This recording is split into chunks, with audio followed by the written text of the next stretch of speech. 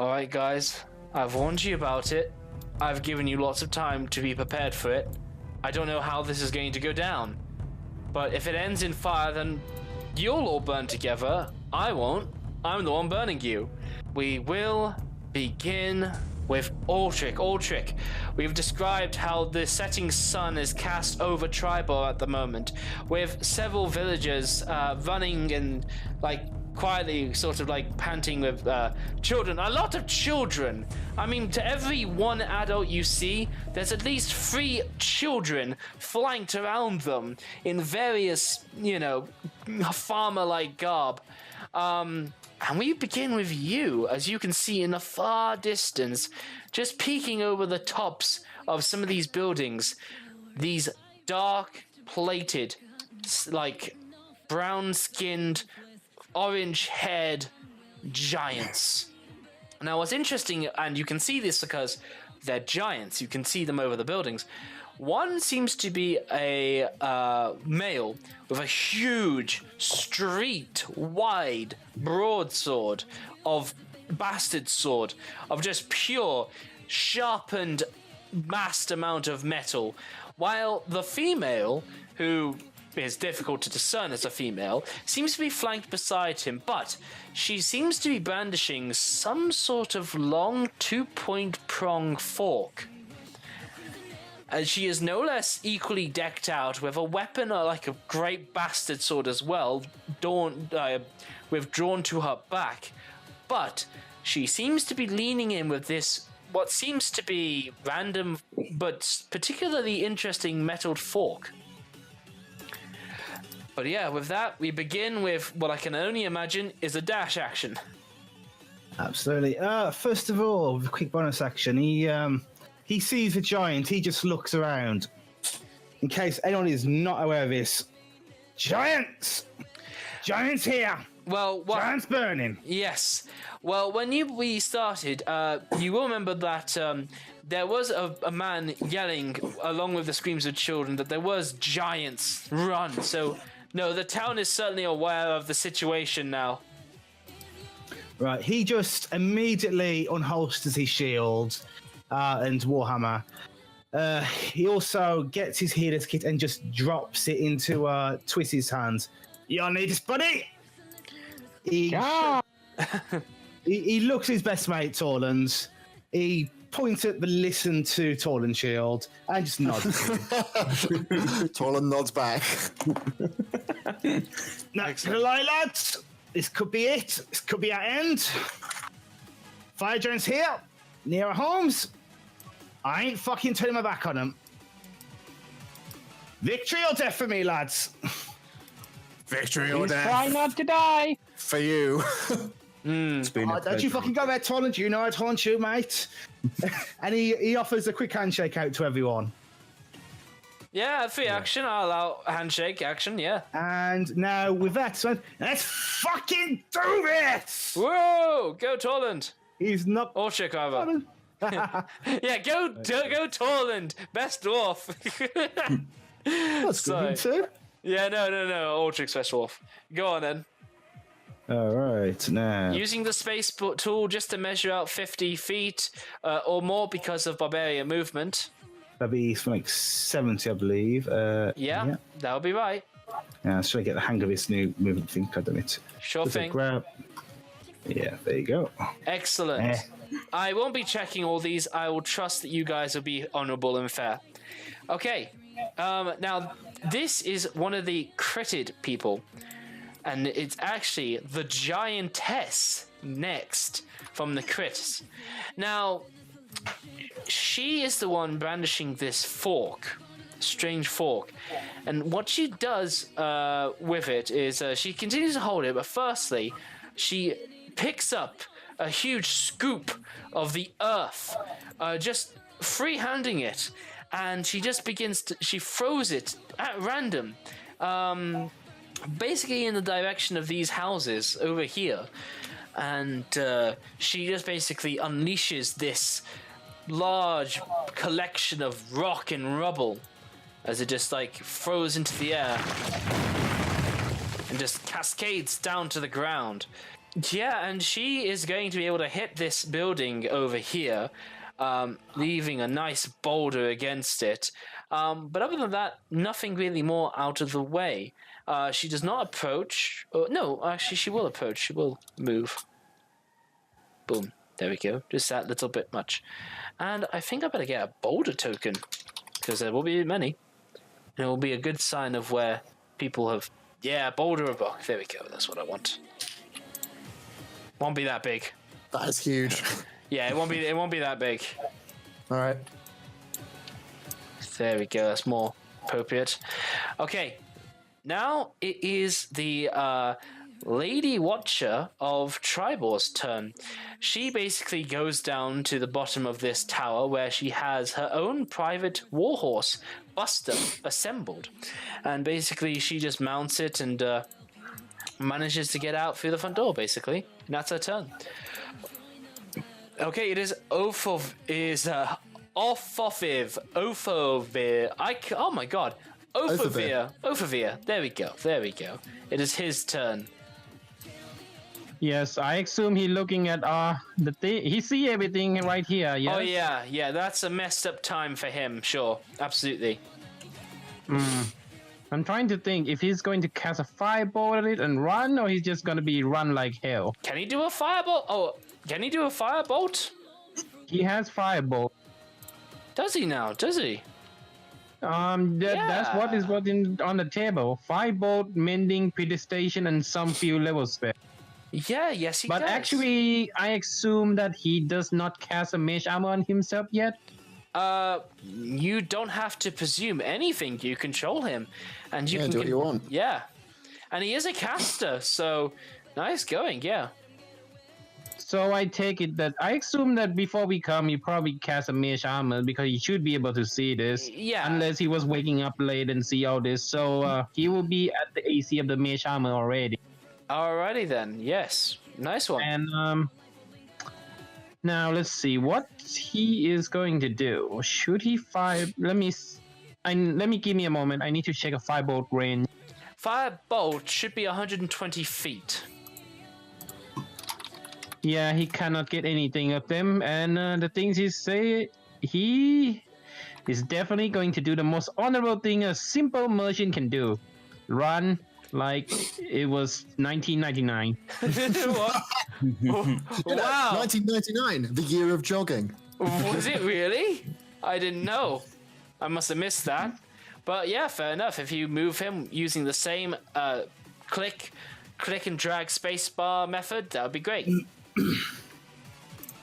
And while you're doing that, Darth Helga's turn. Right. Well, I don't think he wants to be in the open. No. So he'll just move over here. Okay, yes. Yep, that's fair enough.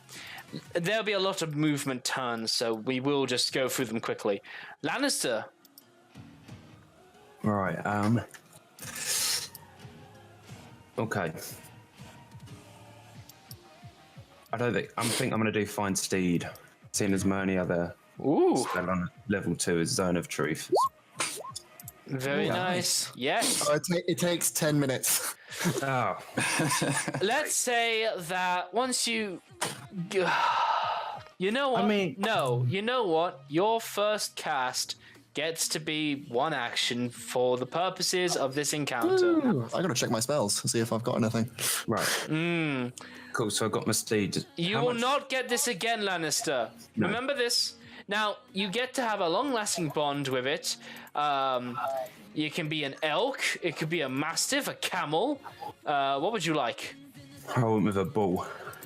Right, so I'm already going to be able to tell you it's going to be no, because it might be this would be summoned steed. The steed has the statistics of the chosen form. Now, I know the closest thing to this is the Auroch, and I think the Auroch is like a CR2 creature, so I don't think that's going to be suitable here. Oh, where would I find this bloody... I would find it in the compendium. That's where I'd find it. No, how about cow? Can I get cow? I can get cow. Excellent. It is a CR quarter animal, so I'll totally allow it. Cool. Your mighty steed. Oh my god. How much more movement point does that give me? Does that give me any more? Okay, so it takes the statistics of the animal, and that would be 30 feet of movement. Ow. But it is a cow. Like, Could I not change it to a warhorse? You can, yeah, you can make it a warhorse. Yeah. Yeah, I think I'll do that. I'm sorry. I'm sorry. wise. I'm sorry. The cow can't merely do it for you. We'll figure out the bull. I know it's an auroch or anorak. It's called something like that. Oh, that's a warhorse skeleton. No, you're not a lich. Could you maybe take Twist with you on that warhorse? I assume like you can't take a massive dwarf or anything with you, but Oh, maybe you could Twist? you could take a twist, certainly. Did you want to get on the back, Twist? Yes. Have a little gnome in the backpack with you as Right. well, something like I'm that. just going to reach down, just sling Twist on the back. With The one horse arm. can take. The horse can. Tiny. The horse can take. I'm just going to share this with all players. The horse can take. A kobold, a gnome, and a rider for sure. nice. That's a good plan. Yeah. Right. Yeah, You let's do summon that. it. Do you choose to So how move much it? movement point? Yeah. How much movement point does it have? Just the It same. has 60 feet of movement. Can I It do can that in a dash to dash? 120. Cool. Very nice. So he's picked up the gnome as well. He just scoops them all Yeah. up. Twist. Huh? Twist and Angelus. Can I get There we both go. of them on? Yeah, we said you could. You weren't listening. Yeah, you just chucked them both in your backpack or something. Yeah. Get here. All right, there we go. Just Bye, guys. yeah. Just out of interest, the buildings you're passing to your right include. So what you happen to pass here is a kind of tavern. You can see it's known as the Triabor Arms. You can notice that it seems to have like a history of being burned from what you can pass by.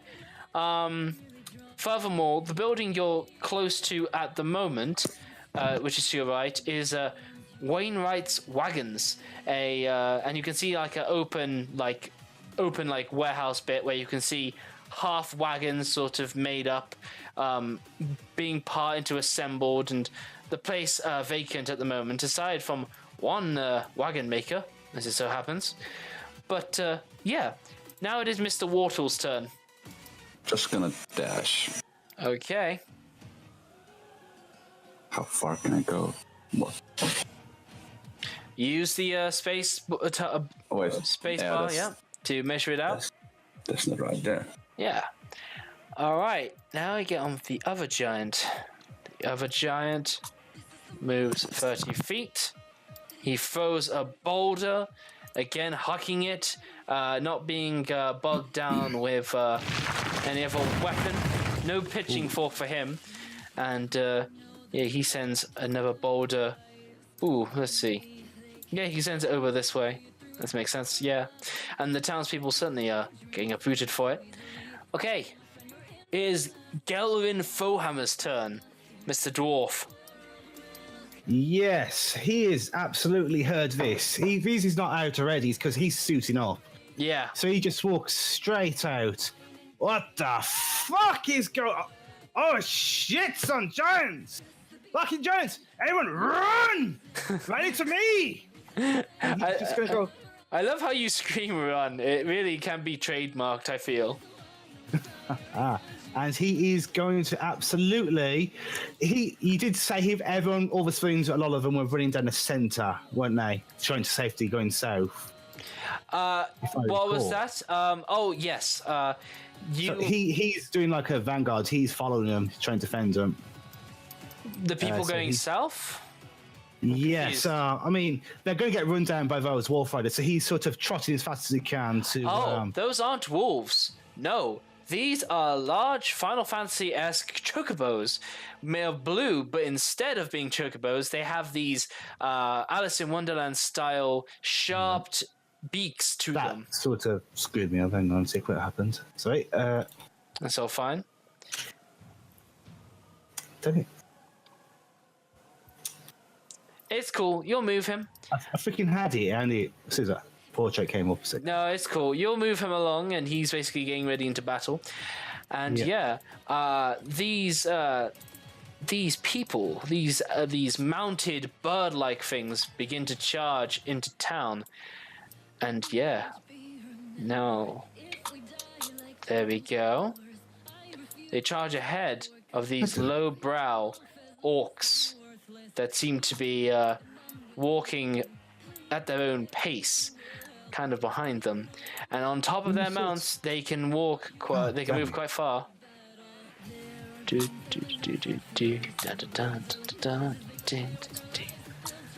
A lot of these guys' initiative happens to be the same, like Dex modifier. So I rolled it, and basically they did work out the same. So aside from the giants, everything has the same initiative, enemy-wise. That's a good coincidence. It is a good coincidence, but also one that I would have made happen anyway, probably. Cool. So I got a question. So these people, I'm guessing they're villagers because there's a lot of them. Yes. They're not on the initiative order. Because Is that because they're like objectives? They don't like have the ability to run away or anything. Pretty much. It's not that they don't have the ability to run away. It's just a matter when an earthquake happens, you go underneath the doorway and you hug your children, give them a kiss, and say, "It's gonna be all right. Daddy's got you. Daddy's got you." Right. But mechanically, they're like objectives rather than mechanically. They are more like objectives. All right. Fair enough. Yes. And I can quote you how many are in each. So, for example, in this building over here, we have 3 adults and 3 children. So we got one grandpa in there who's bedbound. He hasn't got up since the fairy wars, and he has his daughter and his son-in-law who have 3 beautiful children. All boys, of varying ages. One kind of dim-witted looking boy, but the other 2 are rather well set. They look rather handsome, and they look like they have a promising future ahead, despite their farming career, harvesting turnips. Oh,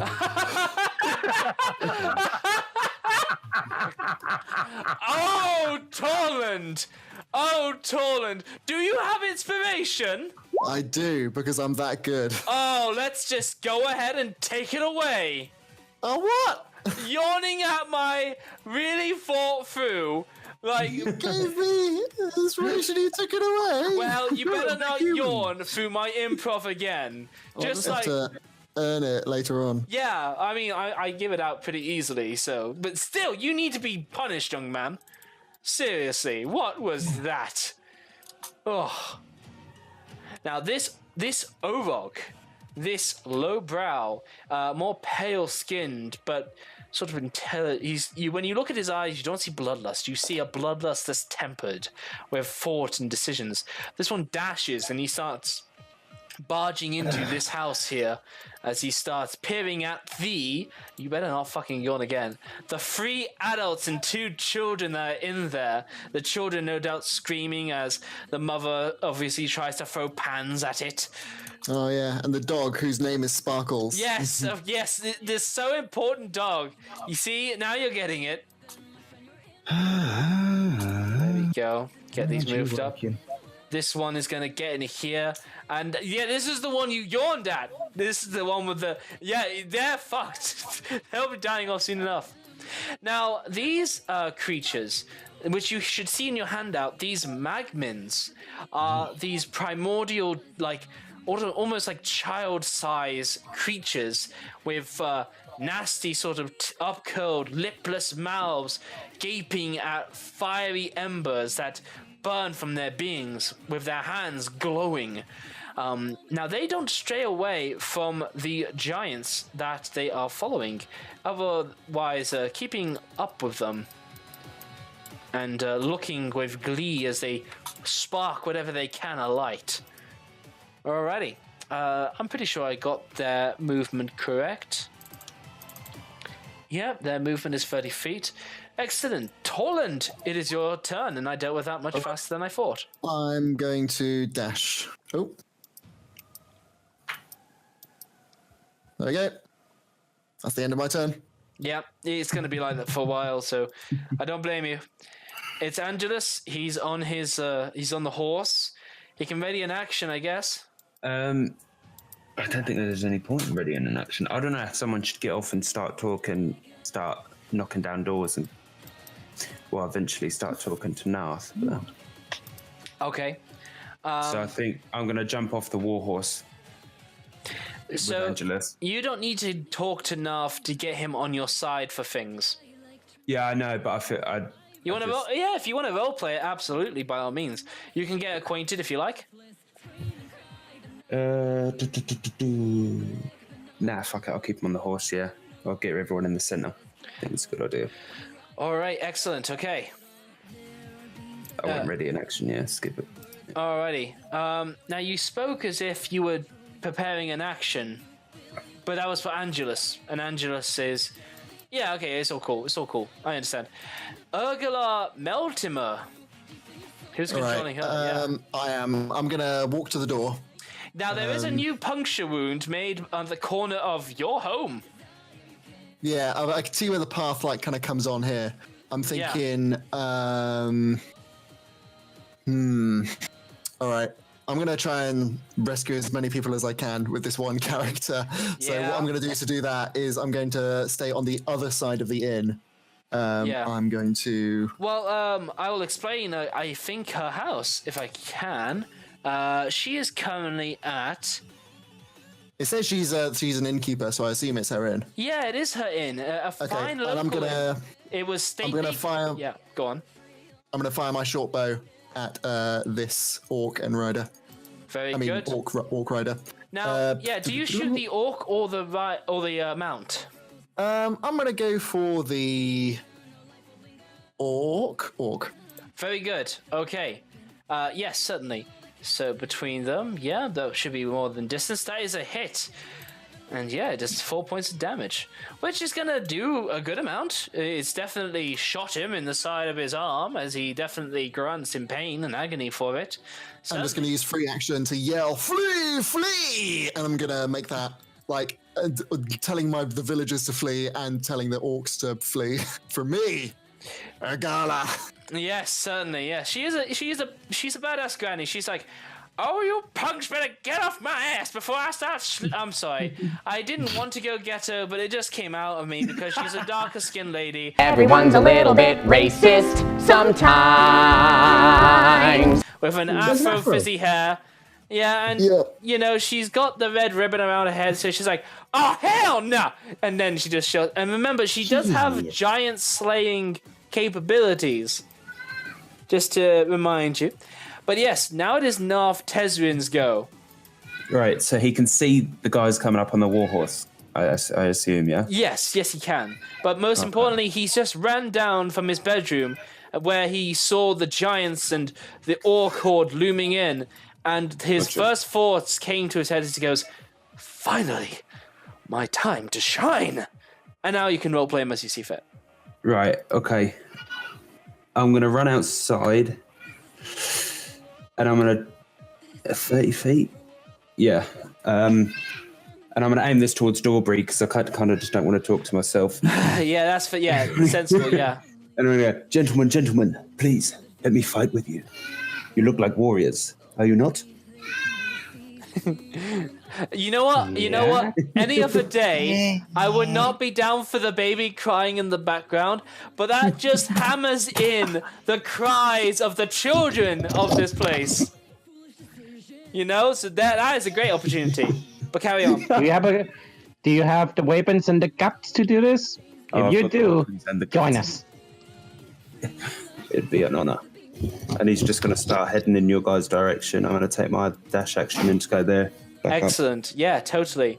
And Twist, you're on mounted horseback. You wait to be in range. Now, there is lots of buildings, and you can only have disadvantage once.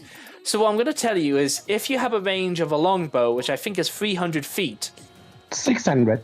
600 feet! Give me an attack roll. I want to just see that range stated. 600 feet. Are you That's joking? probably with disadvantage or something, right? Yeah, it's yeah. with disadvantage. And they can't see them, so it's as if blind, which is No, only yeah, it's true. disadvantage. Longbow is 150 or 600 feet. Give me an attack. I mean, literally, it's the longest range weapon of the time. yeah, Like, I just makes sense. I need to see it. I need to see it. Give me an attack, Dorbury. I just have to see Oh. it. I need So, my yeah. eyes to verify it. You know, it's like when you have the girlfriend that breaks you, and it's just like, but are we really broken up? And she's just like, I've updated my Facebook. Oh my goodness! Right, Dorbury, that's a hit. I didn't ask you to hit anything in particular. I just want to let you be clear that at disadvantage, whatever you chose to attack gets an arrow into it. What would you like to attack, Dorbury? And you know what it is? It's like when it's that medieval war situation. You aim the arrow straight to the sun, and it just arcs down, and it just like comes in at like a 75-degree angle, aiming an 140-degree angle, screaming downward. You know. Just for the laugh, can I use it on this guy who just already get attacked? Yes, you can. You absolutely can. And you do a great shot. It dives right into his shoulder, probably puncturing an organ in there. But what's more, he rolls off his mount, essentially, as he basically flies off from the bird. He's still alive, though, but he is very critically wounded just there. You made him bloodied, yes. A girl is like, what the? Questions. I assume that I can't do a heartbreaking here, right? A what? Heartbreaker. Horde breaker, not heartbreaker, you flirtatious kobold. Oh, you. Oh, Okay, it's an enemy within 5 feet of an enemy you've just shot. It would be at disadvantage, so I believe my ruling is to say yes. does he need to have killed that orc? Does he? I think actually you're right. He does have to kill that orc. So no, but No, otherwise if no, he let killed me it, yeah. check. Once each of your turn, when you make a weapon attack, you can make another attack with the same weapon against a different creatures that is within 5 feet. So it does not need to be an auto kill. Well then, roll me an attack at disadvantage if you like. You've got some hawk like. Oh shit, it's daylight. But you gave him the sunglasses, which I forgot. I'm sorry. I remember the sunglasses. It's already a disadvantage within a disadvantage. Yeah, so- I know. You can't And, double disadvantage. and despite that, you know, you're still rocking it. Seriously, best kobold.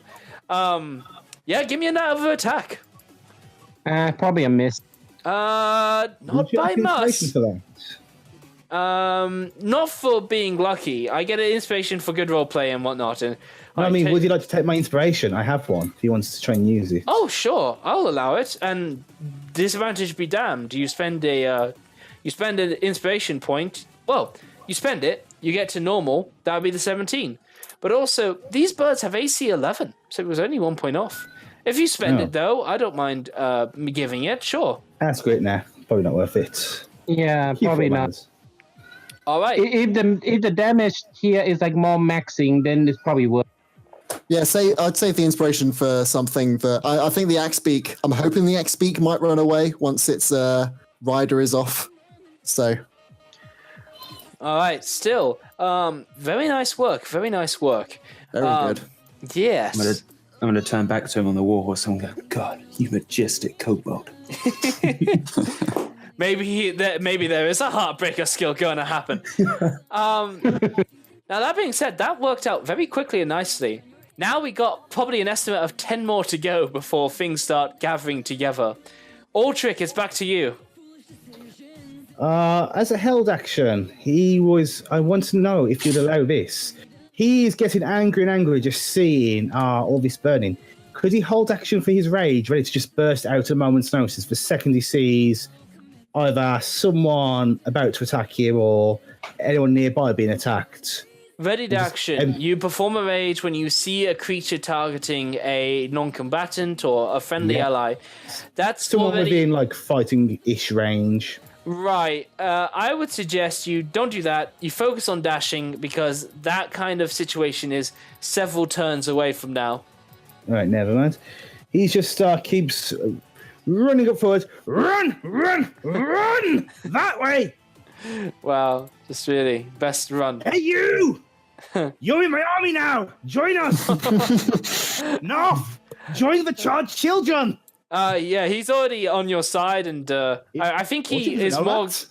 Huh? Orchid does not know Oh that. no, Ultric won't know that. Are you just charging straight up? He's just like, hey guys, run! Really, I can't get over how you say run. It just really is just like so dramatic. Run! Just so, The fire giant is burning! sorry. You run! Stop. Right. Yeah. Now, this giant comes galumphing 30 feet closer. They are going to take that pitchfork I have described before. And, let's just see. Yes. Now, this tuning fork, it is pretty serious. It appears to be of some kind of special metal, but you guys are way too far ahead to recognize it. It just seems to have a bit of a greenish kind of glow to it, but it's not glowing, it just has that shine. And yeah, she spends an action, and what she does is she takes this tuning fork and flicks it. And the ends of the prongs vibrate and ripple with a sort of wobbling kind of wave as she kind of moves it back and forth. And she seems to settle upon this direction. Make a note of that heading, just for your own planning and whatnot. And you can see that she's like got the prong and she's aimed it straight ahead, and it looks like that's the direction that interests her. Okay, now it is Durathral Shrendril's turn. She and her Mount Buster, being a warhorse, has a speed of 120 feet. Makes sense that she dives right in. Wait, I'm not... Yeah, I'm controlling her because Thingy is out. She gets right up close to Dar's height, Helga, and basically... she has her own plan in mind, but she wants to ask if he wants to get on the horse. No, he's fine right here. She nods. She appreciates that you're lying in wait to perform your own nasty cutting work, and no, she's down for it. She's down for it. But that's the end of her turn. It is Ophavia's turn. Okay. He's seeing. I assume he see the dwarf here. Yeah. Shouting at the top of his lungs to run to the south, so I'm assuming you know he's there. Yes, totally. And it's not dark out, it is high sun. So I believe this is midday, if not... Yeah, high sun, I guess, is the term for midday. Yeah, because right now he's in a definitely 100% panic mode. That's fair. I feel like the only way that she's going to fight is somehow someone just like, you are shaming your family names. Okay. So, yeah, does this guy do any spellcasting yet? He can see that one of his neighbors is being attacked by, well, you know who's attacked, you know what it is. The 3 adults and 2 children are currently being stormed in by a axe-wielding maniac Orog. Okay. You cut out for me, Dobry. No, I wonder, like, in the direction that he is now, can he cast a spell at it? Any one of these? Yeah, so Firebolt is 120-foot range. If he moves about 30 feet closer, I'll say that these corners do provide enough of a gap to cast some spells into. Probably not the Orog, because it has to go through that house, but certainly this Orc and this Orog here. Yeah, I need to think for a moment, because after the cast, he's definitely going to be a sitting duck. Certainly, yes. So you can make this decision while we do other people's turn if you like. Sure. All right. Dar's Helga, You've been lying in wait. What do you get up to now? Just continue? Yeah. All right. Just wait for his moment. Totally fine. Totally legit. Lannister, it's you and your warhorse's turn. Right. Where is he? Right. I'm gonna charge right up there. Bang on 120. I'm gonna say twist Angelus. I think this would be a good spot for us to Defend? defend. Yeah. Set up with who are we still waiting for? By the way, what you can notice Poland. is that you can see a warhorse galloping off towards the northeast with a female rider atop it. So you can see Yeah. that situation is going on. Yeah. I think Oh. I'm gonna. Wow, she's actually pretty damn hot. Yeah. Oh, nice. Are we gonna start talking about? Are we gonna start talking about what fictitious women we want to fuck? Yeah, let's get on with it. No, she looks Let's Asian. not. No. Oh, let's talk about this lovely piece of eye candy. No. Bad jam. I say we clutch here for now. Okay. All right. Yeah, perfect fine. I mean, idea. Dorbury, I mean, from the top of these barracks, you could certainly do a great deal of sniping, but also just to describe that building you are looking at, you're currently looking at the Market Square and Tower. So, yeah, there is definitely a Market Square where you can see that some just small little stands have been trampled over when everybody started to run out of here. But this is a 2-story tower, simple stone keep that leans decidedly to the east.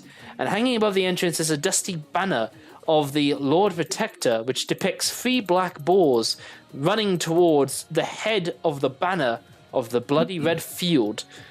Just stuff to it. But other than that, the guard door is open, so you can just rush out, or you can even rush in with the warhorse, honestly. The entryway has been made wide enough for a horse to come into the middle. Nice. But since Yeah, it's I'm only- definitely going to go into getting a high ground as soon as possible. certainly. That's a good place. That's probably the best place in the whole town for you to post up. Yes. And since it's only 2 stories and you're on top of a large animal, with a bit of a climb check, I don't mind saying that you just begin to climb up, but we'll do that on your turn. Mr. Wartle, it's your turn. Okay, about Olivia. Let's call him O. Let's call him Agent Yeah, O. let's call him Ollie. Let's call him Ollie. Yes. Yeah.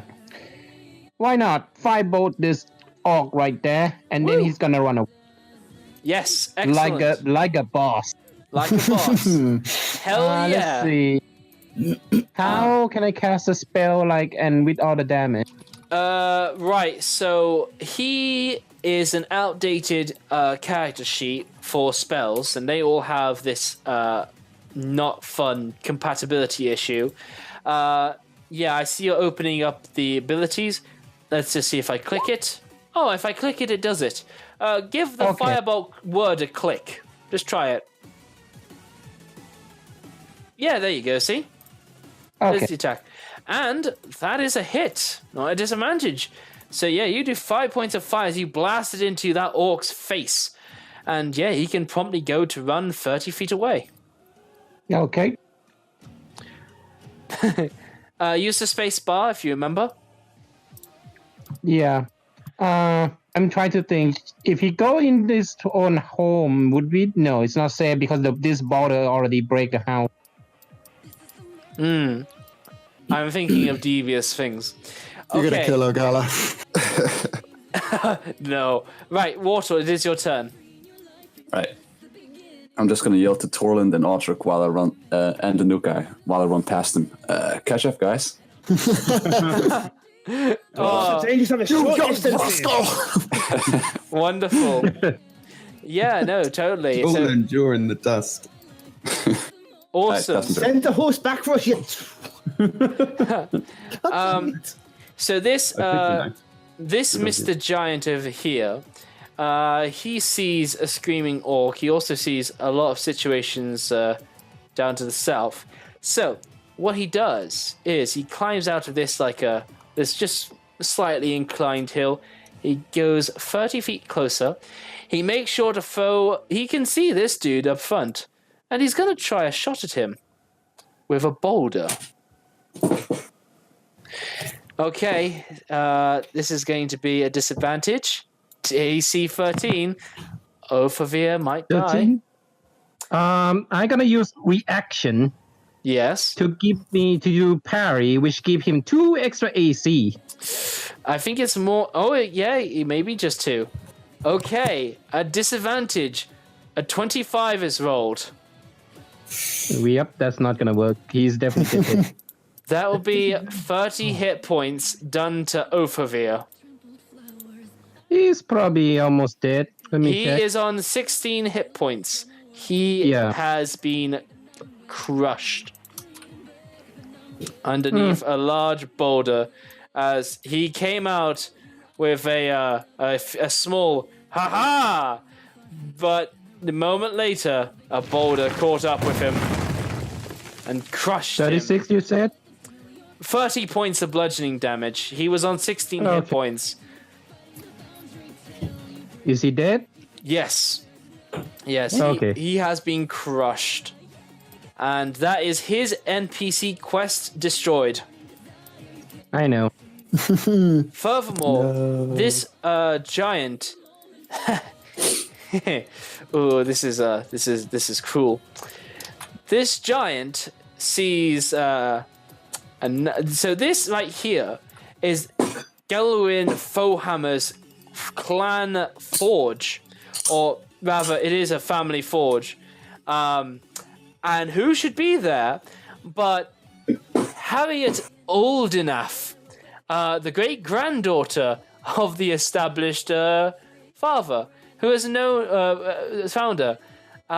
So she was either Gelwin's friend's granddaughter or something like that, but she mans the tills and she watches the store, and Gelwin Fohammer's clan forge basically is made up by part of this forgery here.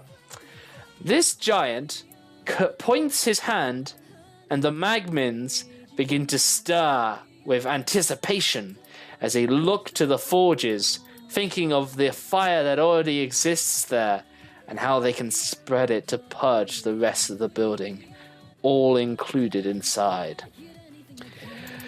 Right, and that's his turn. Now it is Glenril Fohammer's turn. You can see that the attention of the Magmims have been drawn towards your forge. He can. Question, because he was looking straight on and just sort of got crushed.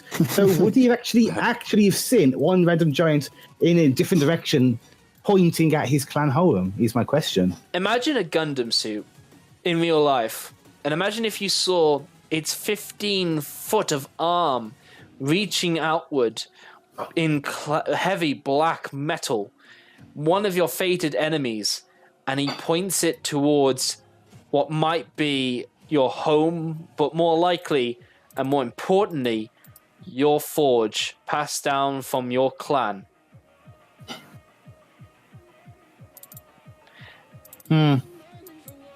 So his attention will notice it. Oh, shit, Gelvin's dead. Oh, well.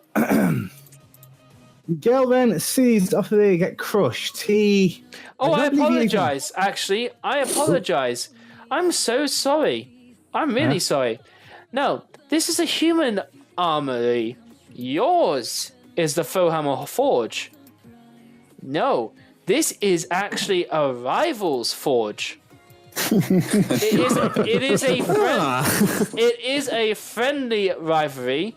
You have known her since she was a child, and it has become a friendly rivalry. And yeah, now you can make your decisions based on that. Right. Well, he knows that things will go into hell. He's a good old veteran. He's seen this kind of war before. But if that's his forge and he's evacuating all citizens south, I'm assuming his family is also running south. So he's going to sort of plant himself at the crossroads, dashing as best he can, to get the best position to stop people from getting past him, ending about here and bracing himself as best as he can with shield and axe to take on all comers. South! Go south! Yelling at everyone who can hear, including these people in the houses getting sacked. You gotta run! It's run or live! Speaking of, Stay and die! yeah, you have no other family here, so everything you do is just people you've gotten to know while living in this town. You know, a place you've settled down in after you survived the War of the Silver Marches with orcs. Yeah, that war is in your mind, and here's more orcs to give some of that wartime hatred towards.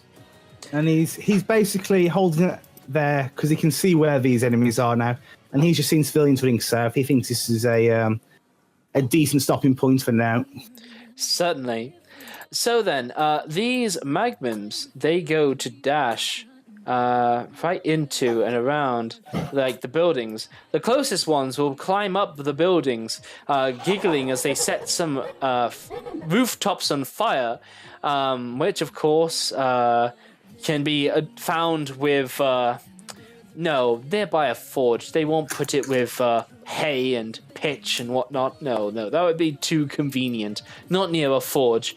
But for what roof tiles they do find, and for what timbers they find, they will begin to start finding things to set alight and burn. With the friendly competitor in her armory sort of starting to be surrounded by fire. Now, we get into all the other nitty-gritty. So, a lone dwarf. Perfect target for an orc. So, the mount... Okay, yes. So, as promised, we'll actually start sizing these down now. Gotta zoom in. Oh, we're now getting into melee. Could Galleon have held action after dashing, or not? Is that not possible? I believe No. you did say you held an action, didn't you? But You if can't hold an dash- action after dashing because you don't have an action left to spend. Well, Gotcha, I that is never true. done that before. Yeah, that much is true, yeah. Alright. Oh my god, these tiny orcs. So the axe beak moves and dashes that much. And then the rider, the orc on top, will go with his great axe and have a go at Mr. Fohammer. He rolls a 12.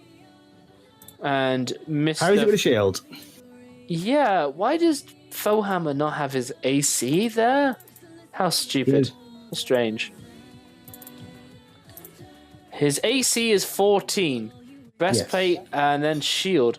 Why is it so low? Is breastplate medium armor? Breastplate is medium armor. Right, that must be it then. Why does it give me 8? It clearly states his AC is otherwise. Right, 14. Boom. There we go. Yeah, so that's going to be a miss. Would it be 14 plus a shield? Is that including the shield, by the way? He has no dex, it's medium armor, and I know medium armor can allow +2 dexterity added to the AC. So his dex is -2, so Okay. it must be 12 breastplate +2 for the shield. Gotcha. I presume, please by all means correct me. Breastplate is 14. Right, so Yeah, no that dex. AC comes without the shield. If he arms Yeah. the shield, this AC is 16. Yes, he was That is holding the correct. shield and axe. Excellent. Alrighty, excellent. Yeah, he has a battle axe. It is versatile, and that'll be 1d8 when he attacks. But yeah, excellent. The orc misses on his attack. And now we deal with the others. So the Orog over here, he is going to go and start harassing some children mercilessly with a great axe. Yeah, he easily cuts down. What have we got here? Easily. You know what? He leaves the children. He takes down 2 of the adults first. Following that, we still have many more to go. As he begins cutting down families. This orc begins to cut through. Dashing to here. Other orc and axe breaker. Dash along. This one goes up down the road, meets some of the early defenders. And now this one is off his horse. And this axe beak. This axe speak. Let's figure it out. Yeah, it's just kind of gonna just mosey there. It's not really gonna do much. And the orc that has been hurt, well, he's pissed. He is pissed. So he's going to get up from prone, half his movement, 15 left. He moves 15 feet. Then he dashes to 45. Then a target he can see within his range is in there, so he can get even closer.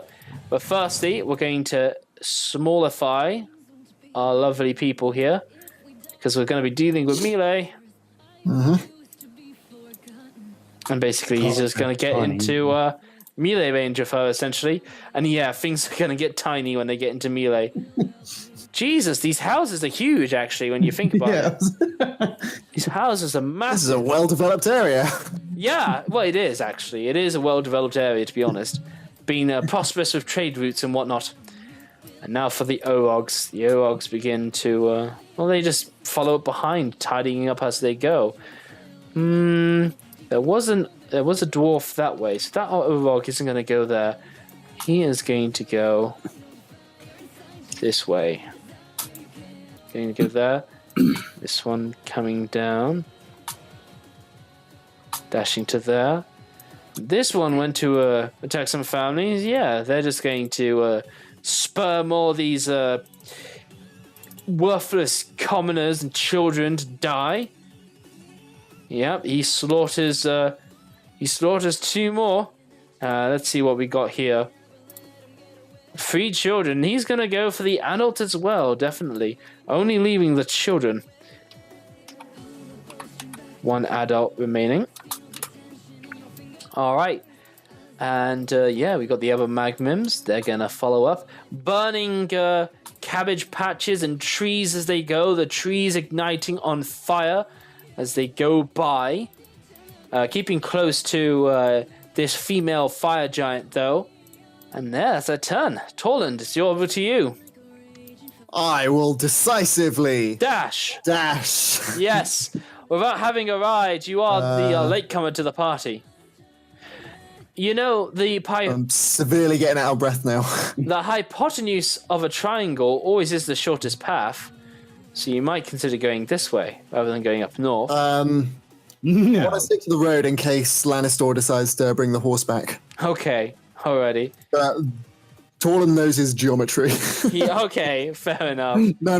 That's a good advice. I'll roughly remember that for the future. No problem at all. Because yeah, there's plenty of other places to see, plenty of places to fight and to slaughter. You know? Yeah, he's trying to lay down a trap card for us. Don't take it, lads. I remember We want I to remember stick that castle together. battle.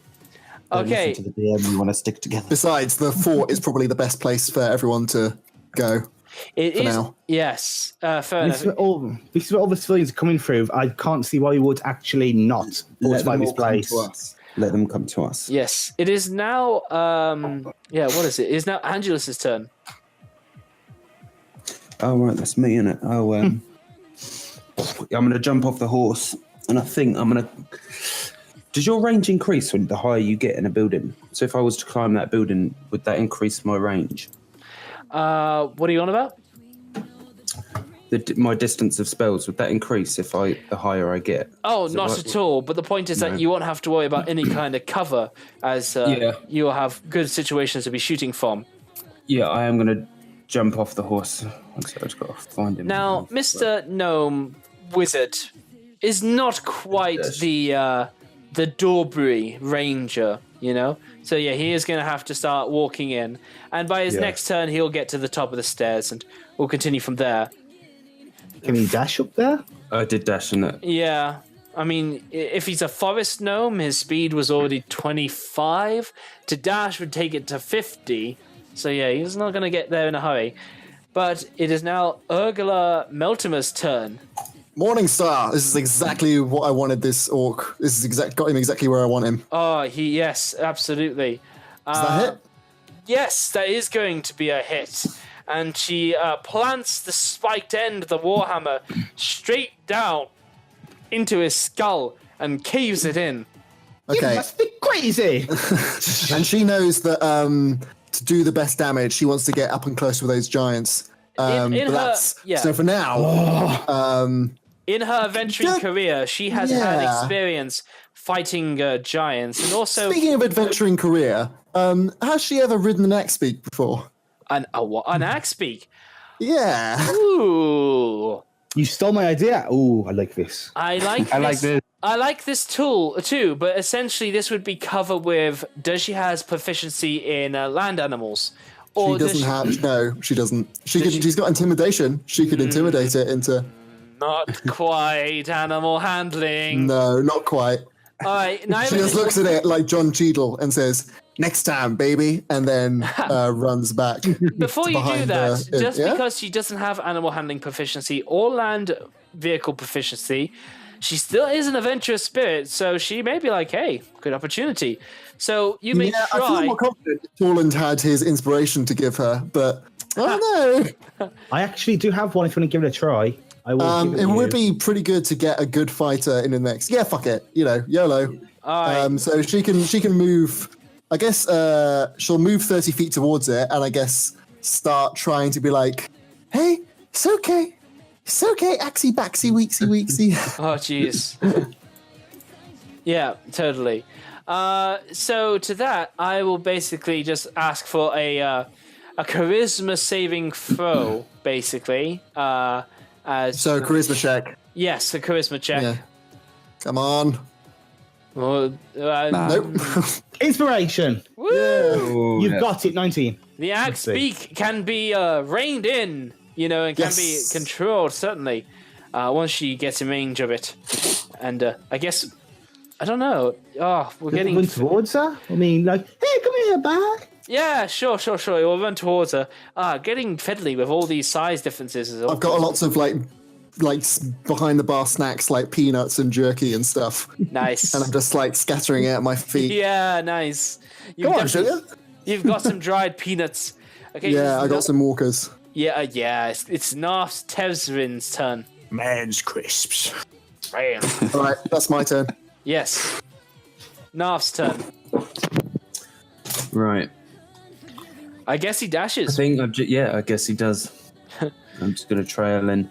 No problem. I'm gonna go more 60 feet. I'm gonna go more towards the action. I'm not gonna hunker down. Nice. He does need to make sure he has time for flair, and I'm glad you appreciate that. Some time for what? flair. He wants to be Oh yeah. ostentatious. Oh yeah. He's quite a handsome devil, as it happens. Anyway, He's secretly camp. secretly camp. Yes. Twist, it is now your turn, and as we've seen, fuck who you're aiming for. Just pick a target, and you might just hit it. I picked that dwarf over there, and that's going to be advantage from Pack Tactics. Counted out by the disadvantage of it being so far away, making this That's a nice. regular roll. That's great. Yeah. Nice. Go on then, let's have that attack roll. Come on. Okay, give And me a moment. you want the orc, not the rider. Hmm? You want the orc, not the rider. No, you want the orc, not is the the mount. rider. You want the orc, Not not the the mount. mount. Okay, sure. Let's see that attack roll. Come on. Give me a moment. Oh, please, just take his Crits, head not off. shits. Twist for best skill. 12? That is unfortunately going to be a miss. Oh. No, it's on the advantage from Pack Tactics. And it's cancelled out by the disadvantage of you shooting 400 feet away. Within 150 feet, this would be advantage. But after 150 feet, it's disadvantage, even with your amazing range. Does anyone have an inspiration? I have inspiration, but 6 damage is not going to do much. No. you're right. Absolutely. Save it. Save it for the big guys. Yes. So, Some yeah, amazing after that, plays I'm like going to riding use an my axe move beak. action to go up into the tower. Done. Yes, absolutely. You can assemble yourself, and I'll just put you in the middle because you can wiggle around here as you see fit. Maybe out of all the places to be, you don't put yourself right on Angelus, but, preference. Yes, and can I use my bonus action to do dodge action in case of a stone coming our way? Interesting. A bonus action to do a dodge. Are you implying you use a cunning action?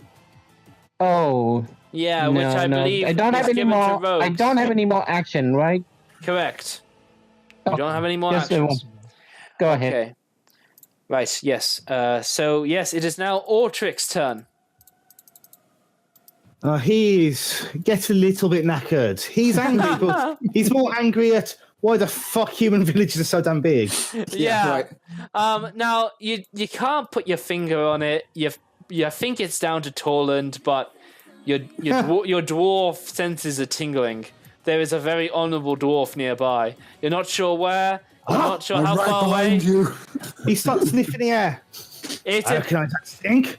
My hero! you know what? You know what? I feel like a dwarf can feel like. Oh, give me a history check with advantage. Very sensitive whiskers. Beard. History. Scanning for dwarf. He knows where his hero lives. Come on. Aw. All right. So you don't know precisely, but the name the Fohammer clan seems to ring in your mind. You feel like there is a Fohammer about this place, either a dwarf or a site, something that is involved with that, and you know that's connected to. In fact, you believe. Well, you know that I'm not going to give any more with just a 10, but you believe it's involving a Fohammer clan, and you believe it involves somebody from the city of Felbar. Alrighty. That's about all you can remember from your dwarviness. Okay. Bless you. He's not looking back because Torrent! Fohammer's here, maybe? Very nice. Okay. Blades of grass. Horse! Give me a fucking horse! No, what you need is a boar, like they did in Battle of the Five Armies. Oh yeah, you need a battle boar. Nick, art for the future. Yeah, a worn-out, huffing and puffing Torland and Ultric, just Yeah, like sure. back of the. I'm going to draw Torland and Altric as tiny specks in the far-off distance of the commission. Yes, absolutely. Just a white canvas and two specks, and then a magnifying glass that just shows up to show that. This is like, you remember in Monty Python and the Holy Grail? Yes, and Lancelot yes. is charging the Kyle, Oh. charging the castle. And Wait. it's taking Come on. so long for them to get there. Excellent. All right. Well, it is this female fire giant's turn, and there's a collection of things going on in that area. But basically, she knows where she's going now, so she's going to dash inwards. That is her turn. And now it is Durafra Shendrel's turn. She is happy to let Dars Helga stay where he is.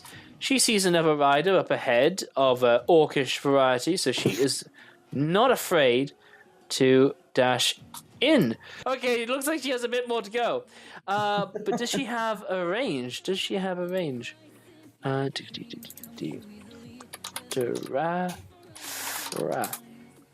Yeah, there we go. I better keep her. Oh, I've got her. There we go. Yeah, she's got a heavy crossbow, so she's going to arm that. That has some range to the point she could have been fighting last turn. Silly me. But let's see. Yeah, 2 melee attacks or 1 range. Yep, she's going to try a heavy crossbow bolt over at that orc rider. She nat ones. Excellent. Her heavy crossbow jams. And it's probably unusable for the rest of this encounter. Fun. Right. It is... Oh, I need to get rid of Ophir. He is dead, crushed beneath a boulder. It is now Dars Helga's turn. Right. He's gonna basically wait, I believe. No, he tries to remember what he learned from Sanafar's Fuse Guild and use some hide action. Okay. So yeah, by all means, you can give me a stealth check if you like. Very good. Working with Xanathar can leave you a little bit rusty, or it can leave you really skilled. Yeah. It really is just a real RNG kind of game playing with Xanathar's guild. And he basically just tucks in. That's his... That's whatever you can. Yeah, that's his action spent. Lannister, time to take the party car to pick. Is it something really up. worth me going to pick them up? Because by the Can you time Oh, I could horse to cast grapple? spells, you know. I mean, by the it's time up I to get you. there, You have a So I common get goal, and how you horse to achieve walk. it is up to you. would it be quicker though? Would it? Can you send the horse? Just send the horse down horse to that you us can and tell? keep going. Can I do that? Pick us up. It's a Let's special horse that see. you can Let's start see. on. Summon Steed. Let's see the details of the spell. Steed. Here we go. Got it. Yeah. Find Steed. Here we go. Yes. You summon a spirit. Seems to form of an unusually intelligent, strong, and loyal steed. Yes. Long-lasting bond appearing in unoccupied space can be summoned. Oh, what type of creature do you make it? Is it celestial, fey, or fiend? Your preference might go toward fiend. Yeah. You say that. Nice. It's a hellish hell horse. Yeah, that's what I like. Nice.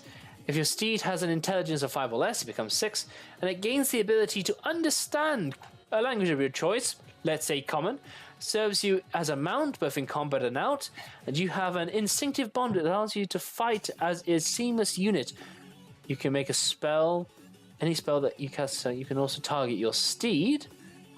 When the siege officer here disappears, when your steed is within 1 mile of you, you can communicate it with it telepathically. That is going to be so useful. Awesome. Yes. Right. Okay. Yes, you can That's the absolutely. filthy, fiery one. I'm gonna hop off. I'm just gonna like stroke its cheek, and I'm just gonna whisper in its ear. I'm gonna like, go pick up the fat dwarf. I'm just gonna send it. I don't know if I should go to Ultric first to then pick up. No, I'll just go straight to Torland. All right. Warhorse has a speed of 60 feet, so it can move 120 per turn. Torland next Oh, would be next to me, wouldn't he, if he dash? So, you know, So that next doesn't- turn, we could literally just jump on it. Well, it's Count as heading an- backwards, so no point jumping on that. I like the idea of Torland's like, hey, give me the horse! And then Lannister slaps it on the butt and it goes charging towards Altric and just goes straight past him. But then Ultric turns around and see like, oh, I see that. He just missed me. Animal handle and try and jump on it while it's running by. No need at all. No need at all. It is completely up to Lannister. That horse will obey his every command, and when he wants it to, he just basically has mental control as he created this horse. He brought it into being based on the power of his oaths. It's his horse son. Did you want to jump on it while it was running past? Orchik was screaming for a horse. He was just assuming that it's coming for him. Doesn't matter if it's 25. He might think it's a stupid horse. The He's horse- still gonna jump on it. The horse can stop to allow an Ultric. It's completely within your power to control I'll do that. Lannister. Yeah, I'll stop and grab Ultric and then go to Torland. Then Totally. if Yeah. that can fit, do you reckon it'll fit 2 dwarves on It it? can fit 2 dwarfs. Cool. There you go. Hey, Torland, look what I did. My hero! Lovely, lovely. The Right, and Warhorse has hit points, just to remind you, and it doesn't have any special barding. It just has AC 11. And I still get my go as Lannister, don't I? You do indeed. All you did was hop off your horse. Oh my god! All right, Spacebar, right. So 60 feet. feet. I'm gonna just hunker in next to the. I'm not gonna go in it. I'm just gonna put up my back to the wall, keep an eye on him, make sure I can see him get close. All right, but I would advise you get closer into combat, being the tank that you are. Yeah, I'm gonna cast something before I do that. I'm gonna cast armor of Agathis. Nice. Okay. Now, this is not a concentration, which is good, because I think you'll find Steed might be a concentration. No, it's not. Nice. All right then, yeah. You armor of Agathis yourself. 1 hour is a lot in it. Yeah. That's a lot. Yeah, cool, awesome. That's like 60 turns, I think. All right. Yes. that's No. No, 10 100 turn- turns. 10 turns is a minute, so you want 60 of turns. those. Yeah. 600 turns. All right, I'm just gonna hunker to the wall, smash that bottle of water into my mouth, and just get ready to kick some ass. A bottle of water? That's what you need. It says a cup of water. Oh, nice. Okay, so you proper like runner style squeeze the water over your Yeah. face. Just But- get that frost armor. All right, Mr. Wartle, it's your turn. Right. Yeah, just keep walking. Keep dashing. Keep dashing. You can step with the wind to dash even further, you know? Yeah, but that's using the key point. It is using a key point, so true. Yeah. You see Just your walk pro. up there. Yep. You run over some fences to get closer, sure. Alrighty. Now then, this dwarf, no, not this dwarf, this giant over here. He looks at the situation up above. He's content with how that looks like it might unravel, and he will catch up, dashing towards the lady giant. It's in the way, crushing and breaking the trees as he goes with his own immense footsteps as he plods down, his heavy armor clinking and moving as he goes. Alright, yes. Now it is Gelvin Fohammer's turn. Right. I'm going to assume that he saw an arrow sort of whizzing by. He didn't obviously look at it, but he knew that came from south where he was going until he got set upon by an orc. And he can see the giants going south, I'm assuming. Yes. So he knows the battle for the center of this town is going to decide everyone who lives and dies here. But right now he has orc to deal with, so he's going to slash at him. It's also worth mentioning that your friendly rivalry is getting surrounded by magmims. These. Yeah, that's nice, but he's a veteran now. I mean, you take losses in war, and it's clear where the giants are going, and you can see where the resistance clearly is, because that's got the giants' attention south, and that's where the arrow's coming from. I can't even imagine he would try and be a veteran and try and single-handedly take on that many dudes on his own. He's good, conflicted. but I don't think he's suicidal. How big are these guys? How big are these little impy people? About as small as children, actually. But I digress. He's literally, his attention, so he doesn't get his head cut off, is on the orc in front of him. Very good. So he's definitely attacking. Gets to do 2 attacks. I allow that. I think that's fair. Multi-attack. Yep. You've clicked the multi-attack, so we know he has 2 attacks. Let's see the rolls. Yeah! Very nice. You said he was going with a shield, so this is not the D10. This will be doing the D8. So, I don't know how we can set that up to make that happen. Do you want to sort of separate dice? Yeah, just give me a D8, please. But we'll know that is a hit. Alright, so that'll be 7 points of damage. And his second attack following up. Does that kill the orc? Well, the first one bloodies him, I can say that much. Does a great deal of damage. Let's see the second attack. Avaya! Oh, it's a nat 1. What to do? So, he does the old man thing. Oh, you know what? Do you know the fuck what? I was prepared for such a thing. He goes with his great axe, he hangs it up above his head, one-handedly, shield ready in front of him, and then... hang on. His back suddenly, just gives out, and he hangs there. His air sharply coming into his chest, and he begins to curse in Dwarvish. Just like Mr. Incredible. Yes. A dwarf swears in thing, he goes, "Ich kann fehlen dürfen," which I believe I can mimic from Hobbit. Yeah, he just freezes up there. He has a bit of a nasty back attack. Okay. Now then. Let's see, this orc over here. The road south is particularly empty. The road north has 1 dwarf to it. So why wouldn't he go to pester him? Aren't there civilians in these buildings that it was breaking into? What happens there? We'll get to them. For now, that will go there. He moves 75, another 15 to go. There we go. This Orog will dash another 30 feet. He looks at the scene up north. Really, the area beneath is pretty bare, so I guess he's just going to converge on Mr. Fohammer, because why not? There we go. Seriously, number of snaps I hear. Now this guy. dashes to here. Then he follows along the outside of that building. Where are we? Oh, yep. The Axe Baker comes over to Urgula Meltimer, and it allows itself to be rided. The Magmims, after having their fun burning down that tree, coming closer to the scene, dashing as they Now, go. this is an epic pictures that we can see. Yeah. Now A lady in a black axe. certainly, yes. Now the Magmins come in, burning crops as they go, and this Orog can see that there is a warhorse lady coming forward, so he's going to go out to go and meet her on the road. This one over here, he is going to continue to mow down the family that are in there, massacring them as he goes recklessly and with a bloodlustful abandon. He crits, utterly making nasty, horrible gore out of the remaining adult, leaving nothing but the children alive. And then on the second attack, he goes for a child, just to make sure they're really nice and scarred. And then after that, he makes his way out, undeterred, towards Urgalar.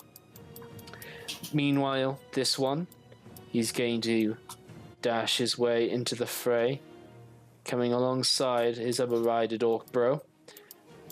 And this one up here, he's also going to continue to mess up a poor innocent family, killing over and over.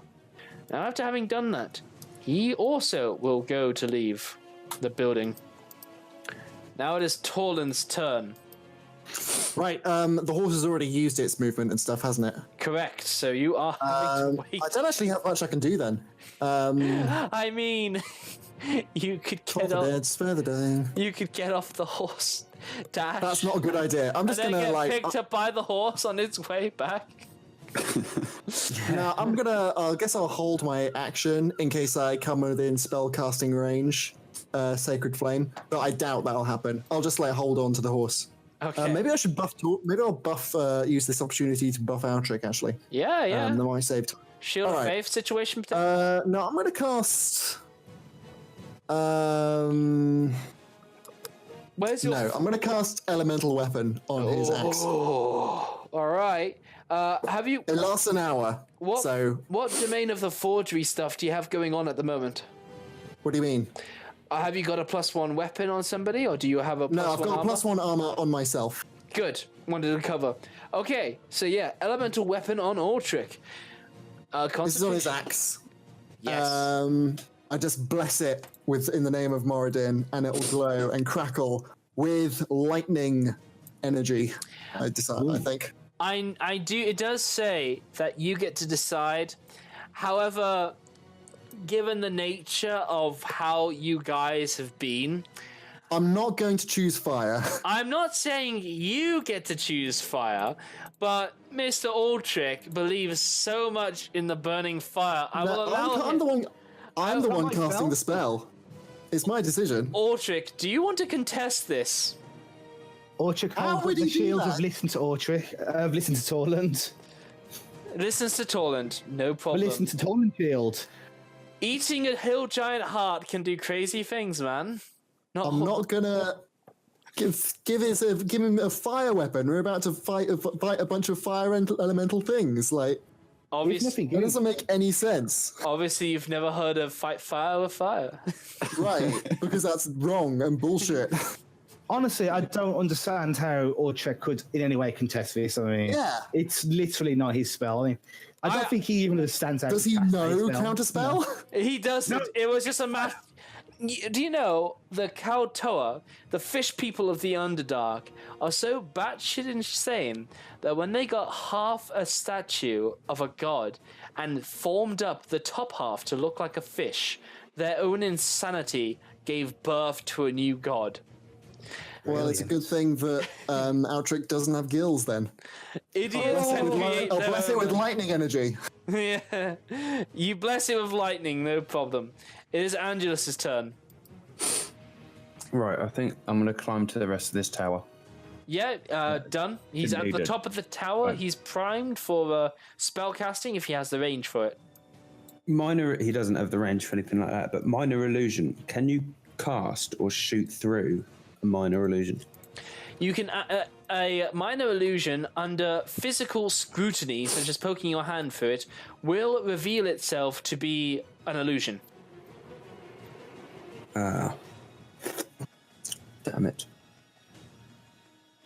I think I'm just going to ready a spell then. Very good, very good. And what spell do you ready? Ray of Sickness is the one that's got the most range here. And what is a condition?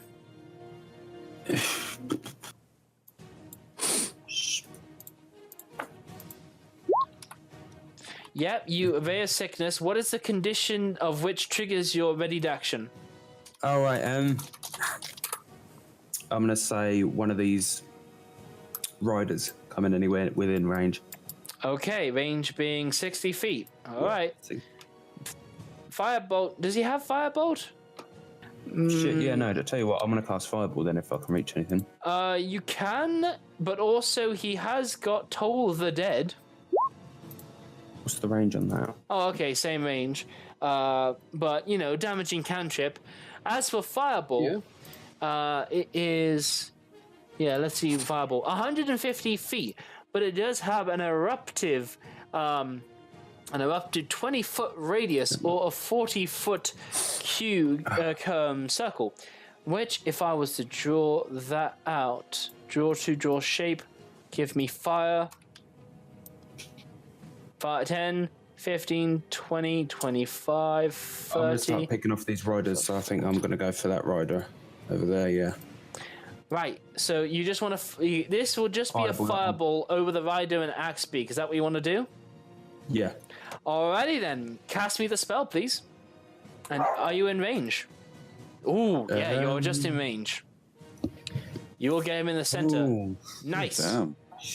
You want the orc to fail this check, and he will die out, right? Dexterity saving throw. He fails. How about the axe beak? The axe beak also fails. The pair of them will ignite in a sudden blast of in explosive erupting fire. I have too many things on my screen. Fire. Smells like roast chicken. No, truly and utterly. I'm just going to tap Triss on the shoulder. Watch this. Oh, that's cool. Where are we? There we go. That's what I want. An eruption of fire erupts and completely crisps this orc and this axebeak on the wayside as their smoldering carcasses will smell like chicken meat. Smells like chicken in here. Yeah, will smell a bit like chicken. Totally. I wonder if we eat it is going to give us healing or not. Like a video game. Roast axe beak. 1d10. Absolutely. And the little field that's beside there is a piece of park. Yeah, just seemingly just an empty kind of dry, grassy place. So the fire doesn't actually pass over there, but it will catch just the edges of that building. As for the nice establishment to the north, sold feed and caravan supplies. Okay, so the caravan goes. The yard is a riot of weeds. A riot of weeds become a haven for rats. A bunch of rats just like jump out of the rafters of this building, while some of the weeds that are at the back start to catch on fire with that explosion of fireball, just catching the edges of the building, but not quite singeing it enough to set it alight. More the boom, rattling the shingles on the top of this roof as the rats sort of scurry by in shock. Okay, yes, that is a good round. And that's one spell slot off his third level. It's now Urgala Meltimer's turn. While on the Axebeak, she has a speed of 100 feet when she dashes, but furthermore, she has her own actions separate to the Axebeak, so she can attack normally. Okay, what kind of weaponry does this guy have? So this Orog, this heavy-set demeaning sort of guy. He's got javelins and a great axe on his person. He's Her also motivation armed is to- with a plate mail armor. Okay, her motivation is to protect her Yeah. home and everything. And she sees these fiery little buggers coming around. I Yeah. think she's going to come round the back of this house, so she'll dash to there, and then I can make her move. I think. Oh, speaking of, right? she can also hear them cackling and moving in. Yeah, that's worrying. If So Oh, 50 why- feet. why won't Oh, this- I know. No, that's not right. That's not right. I want to first. I'll fire an arrow at this one. Okay, I'm gonna fire an arrow at the rightmost one. rightmost one? That'll be this one. Yeah. Excellent. Yeah, that will be a hit. Cool. There we go. Okay, yeah, so she shoots the rightmost one. That is a hit, and it will stab at the fragile-looking small creature. I already got the hand out. There we go. And then she just gives them a finger and she's like, "Yeah, fuck you!" And then she's going to try and get them to follow her this Yeah, way. that being said, though, the Magmim does not receive even as full as 3 damage as that quiver, that arrow, burns into its being, and the metal basically just melts inside of him as, shit. it just basically doesn't even look that hurt. No? Just kind of burns it up against its being, though it took the puncture wound and then just sort of burnt it across its being and Well, maybe it'll take the insult. Maybe. And the axe beak is leading the rider. Sure. Hang on, I'm going to sneeze. First thing. Okay, it is now Nars and Tezrin's go. Let's- Oh wait, the movement and everything is different, isn't it? So I can attack Yep. twice, then dash. Yeah, you can indeed. Okay, I'll fire. I'll do that then. I'll You fire. could another also arrow. attack twice anyway and then move. But a girl I can attack twice, and the axe beak can dash. Yeah, yeah, Yeah. All right. So I'll just do that quickly. And then I'll move an extra 50 feet. sure thing. The axe beak can dash. It will have its own dash separate to what you get up to. Yeah. I'll go up to there then. Lovely. Lovely, lovely, lovely. Yeah, you go run around this thing. Now that attack is going to be a miss. Okay. And just during your dash. But now, Narf Tezrin's go. I'm going to charge just straight into it. I'm going straight for it. I'm going to look up towards Triss and go, Kobold, cover me, won't you? And Lannister's just going to look at Narf and just roll his eyes. Very well. Very good. If you can try not to die, I will cover you. Nice. And it is Twist's turn. Okay. Well, everything here is going to be at a disadvantage. Everything outside of 150 feet, dwarf. yeah. In pack tactics, if you to shoot the dude he was fighting, that would be irregular. There is something I need to check on the spell. Very good. Hunter's Mark, it has a range of 90 feet. Yeah, I'm thinking about the Hail of Dawn that I have right now. Whoa, what on earth is this spell you're talking about? It said the next time you hit, let me link it. Yeah. Do the thing where you get of a class ability or spell and click it so we can read it. The next time you hit a creature with a ranged weapon attack before the spell ends, this spell creates a rain of thorns that sprout from your ranged weapon or ammunition in addition to the normal effect of the attack, the target of the attack. Some thorns and everything comes out. Range of that is not mentioned because it's part of your attack. If your attack can reach it, your spell can reach it. Okay? Yeah, and I assume that is only one use, or is it multiple use? Multiple casts, but it is a concentration spell, so you can only pull one out at a time. So I mean I can pull one out at a time, but for the 10 round, as in 1 minute of the duration. Yeah. So technically I can shoot 10 dawns. Is that what you mean? No, incorrect. From what I understand of Hail of Thorns, from reading the spell, not having seen it before, but reading the details given to me, the next time you hit a creature with a ranged weapon attack before the spell ends, The spell don't close it. The Sorry. spell creates a rain of thorns that sprout from your ranged weapon or ammunition. In addition to the normal effect of the attack, the target of the attack and each creature within 5 feet of it must make a dexterity saving throw. A creature takes 1d10 piercing damage on a saving failed one, or half as much on a successful one. Now, why do I think it is only a 1 cast each time? I believe it is a 1 cast each time because you put this over the weapon and then it magically charges it just like it does for smite or elemental weapon. Not smite, but there is some kind of smiting attack where after you hit it's kind of unloaded. I think like a thunderous smite, and it can be held, but essentially you hold it onto the ammunition. It remains that way for 1 minute. Between that 1 minute, you then attack something and the hail of arrows is instigated. Understood? Yes. Excellent. Lovely. So one slot, just only one shot, not multiple. Correct. Get it? Yeah, definitely going to shot that on the orc and what is it called? The orcan? The Orog. Yes, you can absolutely Yeah, go that for would be he would be getting hit by a heartbreaking. Nice. I will smallify them so you know where he is. Never mind. Yes. If that's the case, it's not gonna hit him. If you make the target be right here in the center, if I use a drawing tool, drawing tool.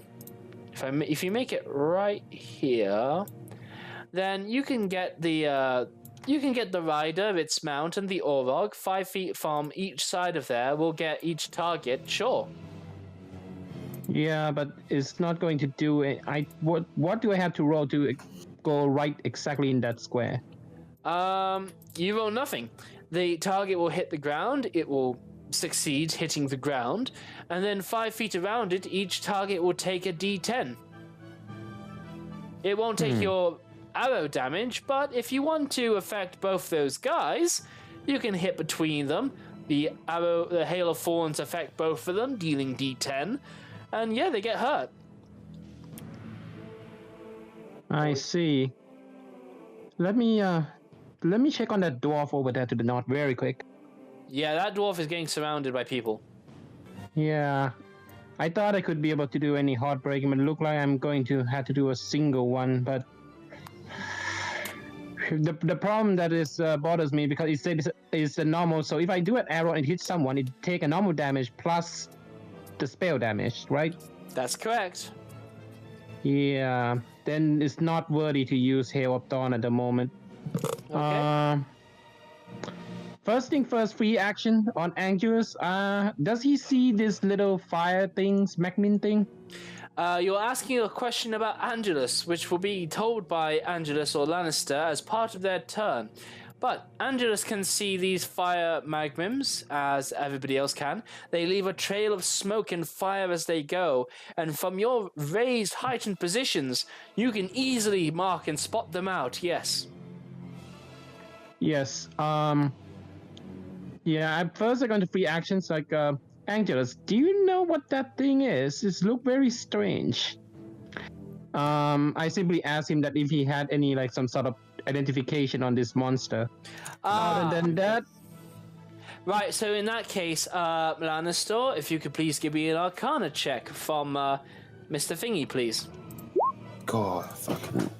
That is an excellent Arcana. He knows exactly what they are. A grinning, mischievous magma resembles a stumpy humanoid sculpted from a black shell of magma. Even when it is in a blaze and radiating heat, like a bonfire, small jets of flame erupt from its porous skin. They are summoned pyromaniacs. They're fire elementals, spirits bound into physical forms through magic, and they appear in the material plane only when summoned.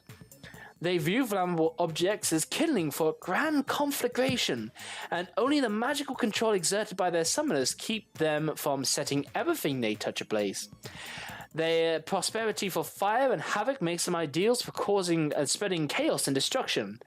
A mob of magmims summoned inside a castle can reduce it to a burning shell within minutes. Although its flame is potent, the magnum's hard magma shell prevents it from instantly igniting everything it comes into contact with. However, like the fires inside them, the magnums are capricious and unpredictable.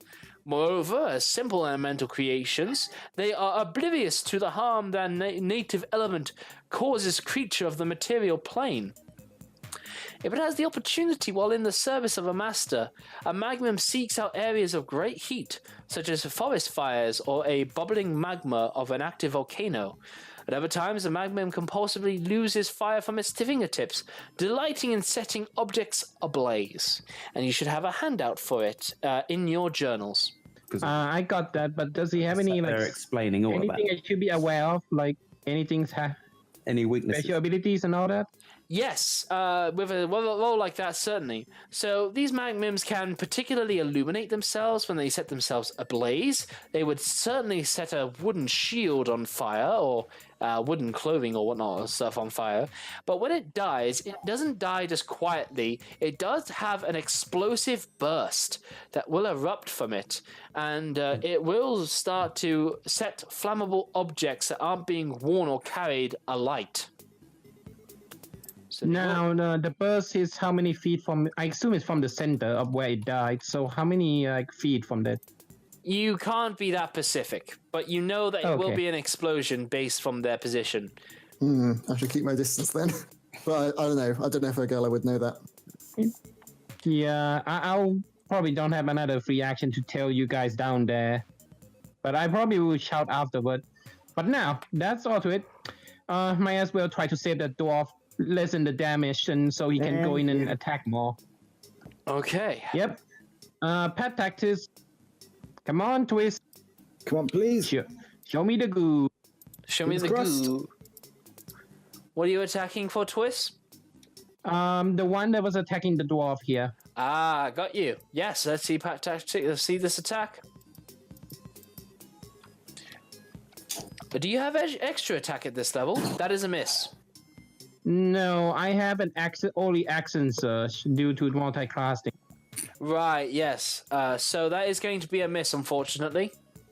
Yes, and I'm going to use my move to stay a little bit away from Angelus, so Okay. that I have a feeling that something is going to be flying out right for him. So I'm going to stay a little bit away.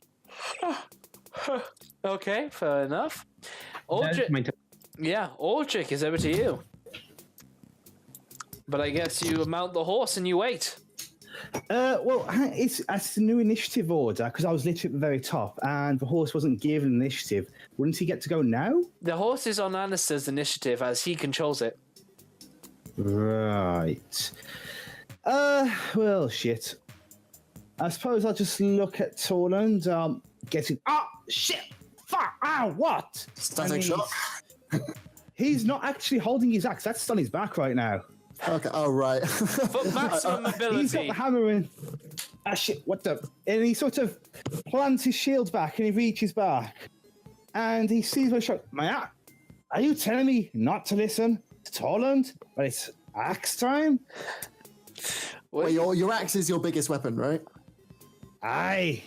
Yes. Okay. Good. Just making sure I didn't like Sharpest of use choppers, it my with a friend. shitty little hand axe or something. No. Yeah. That was a gift from my papa. I know. Just I want you to do lots of big damage.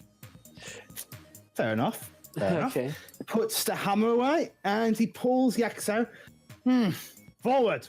Go. Forward. Yes. Yes, certainly. He takes the ration bar and just starts eating it. You gotta keep your strength off, Torland. That's true. We don't know how me a to nibble. be into this. Give me a And nibble. he gives him a potion of Orchix's make. 1 metal vial of Orchix blood. You'll need this. I tuck it away, I and I'll say, don't want you to die. I'll save it for a rainy day. if you do want to try it, I'm not. Am I not that stupid?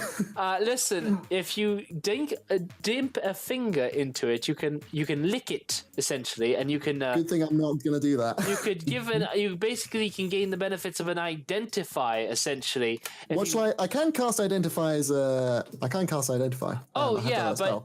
but with potions, you can just like dip a finger and you can identify from there without particularly taking the effect, as it were.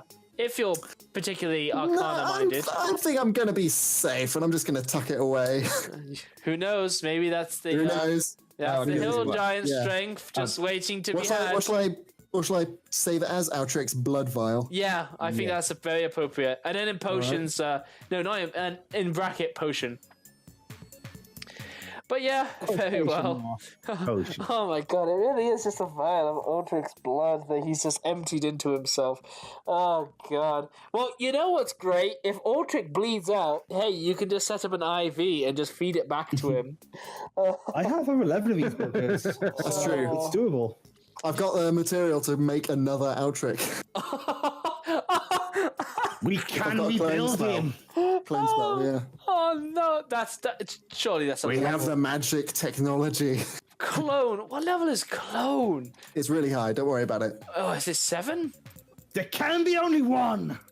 Right. So this giantess, knowing where she's heading, she goes forward another 60 feet, dashing closer in.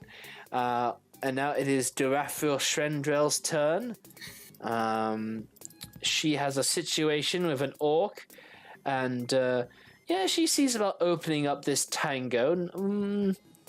Let's see. Well, her heavy crossbow, did not do well, so she just drops that thing to the side. She's done with it, and she brandishes a great sword, two-handedly, no shield, as she's mounted on her faithful steed Buster, and she goes right in, going for the orc, and Buster's not an appropriate height. She needs to be there. There we go. She gives that orc a great axe, great sword attack. It's a 16 and does a mighty sum to it, really harming that orc.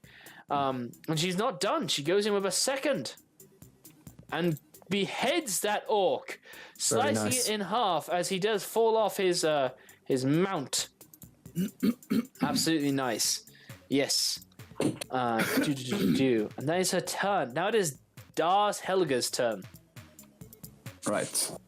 So Dars has finally psyched himself up. Like you can do this. Okay. Moves beside the house and shoots his slingshot. I'm sorry. It lost some tension when you brought out it was a slingshot. Yeah. It's Whoa! Goliath. Oh, This is he could be going? David and Goliath Oh my sit. god! Is he going for the giant? Inspiration, he deserves it. No. Oh, if he's going for the giant, He's going for the orc. how could I He's not not that brave. inspire that? Honestly, a David and Goliath, with a slingshot. That'd be awesome. No, Okay. who wants to live? Okay, who you after? The orc out here. The Orog. So, from your point of view, he is getting kind of some cover from the horse and the rider, actually. This will be about half cover, especially given the range and the perspective going on. Yeah, he's still going for it. Alrighty, let's see it. That is a miss. Well, he tried. I really am sorry to hear that he has a sling. Just not what I was expecting. It's like all the epic song, and suddenly just like it just quiet as he pull out the sling in the second. Pew. Yeah, it's just a God of War.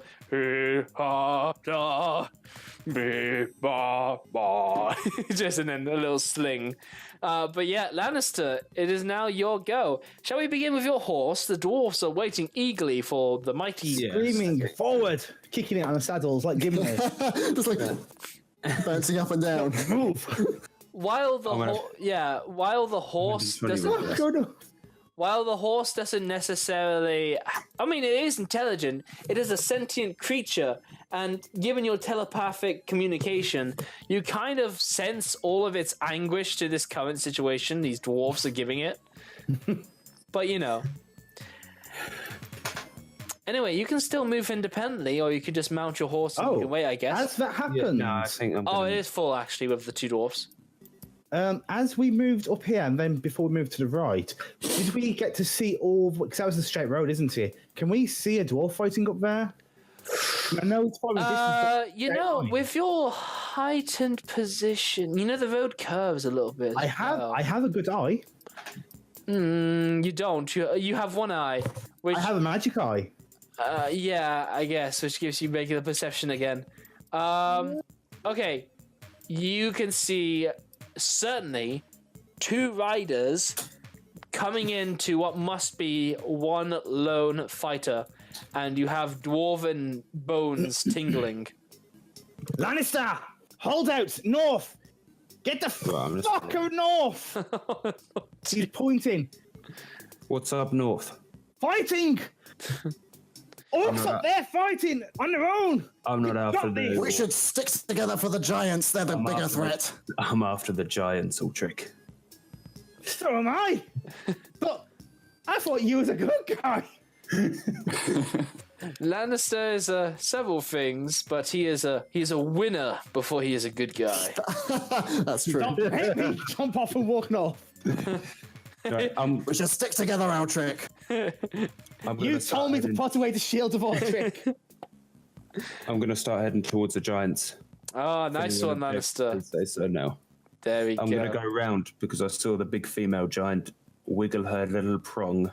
Yeah, she in gave it that a flick direction. and it vibrated. So I'm gonna go around these buildings and then I'm gonna get my horse to catch up. Also, way up to the giant. just while she still is armed with it and she's looking around, it is aimed in this direction now.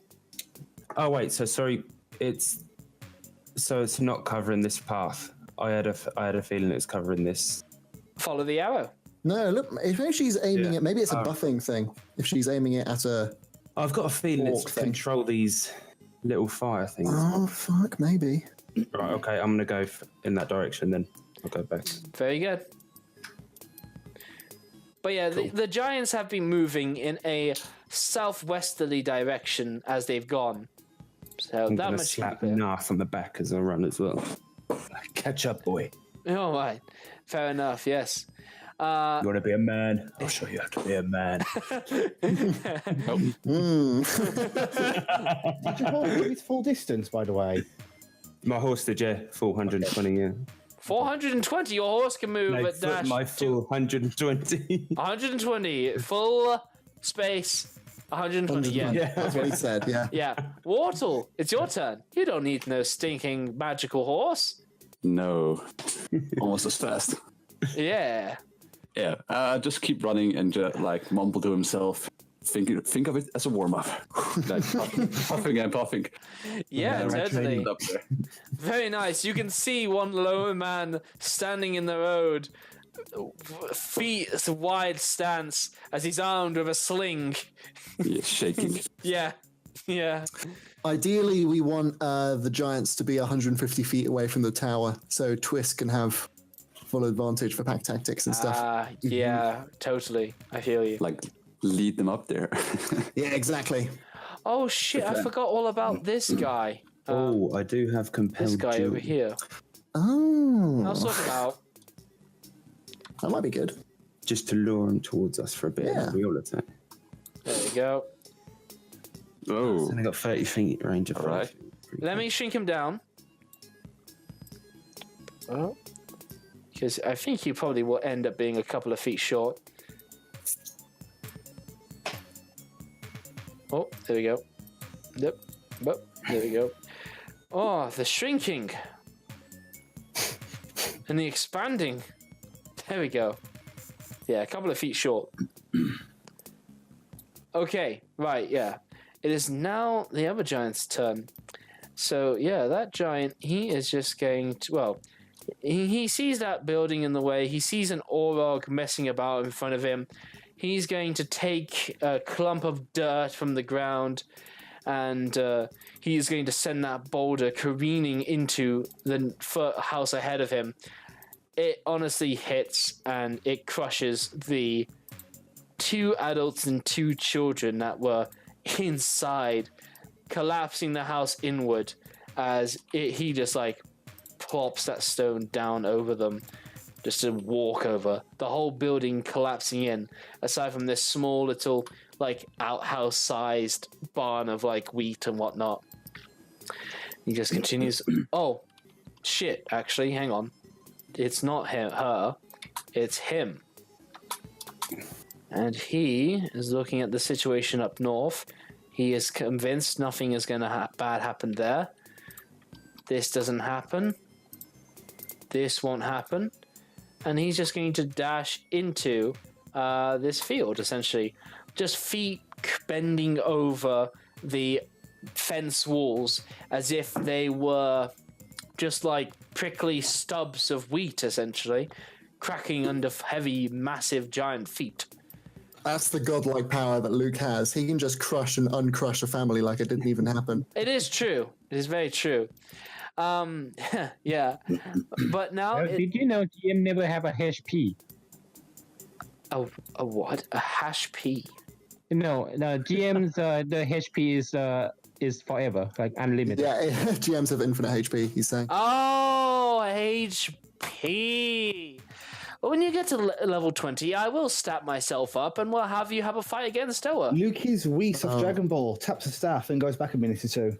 There we go. There we go. And if we win, we become the GM. I'd like to see our trick in GM. He becomes drunk of power. Oh my god.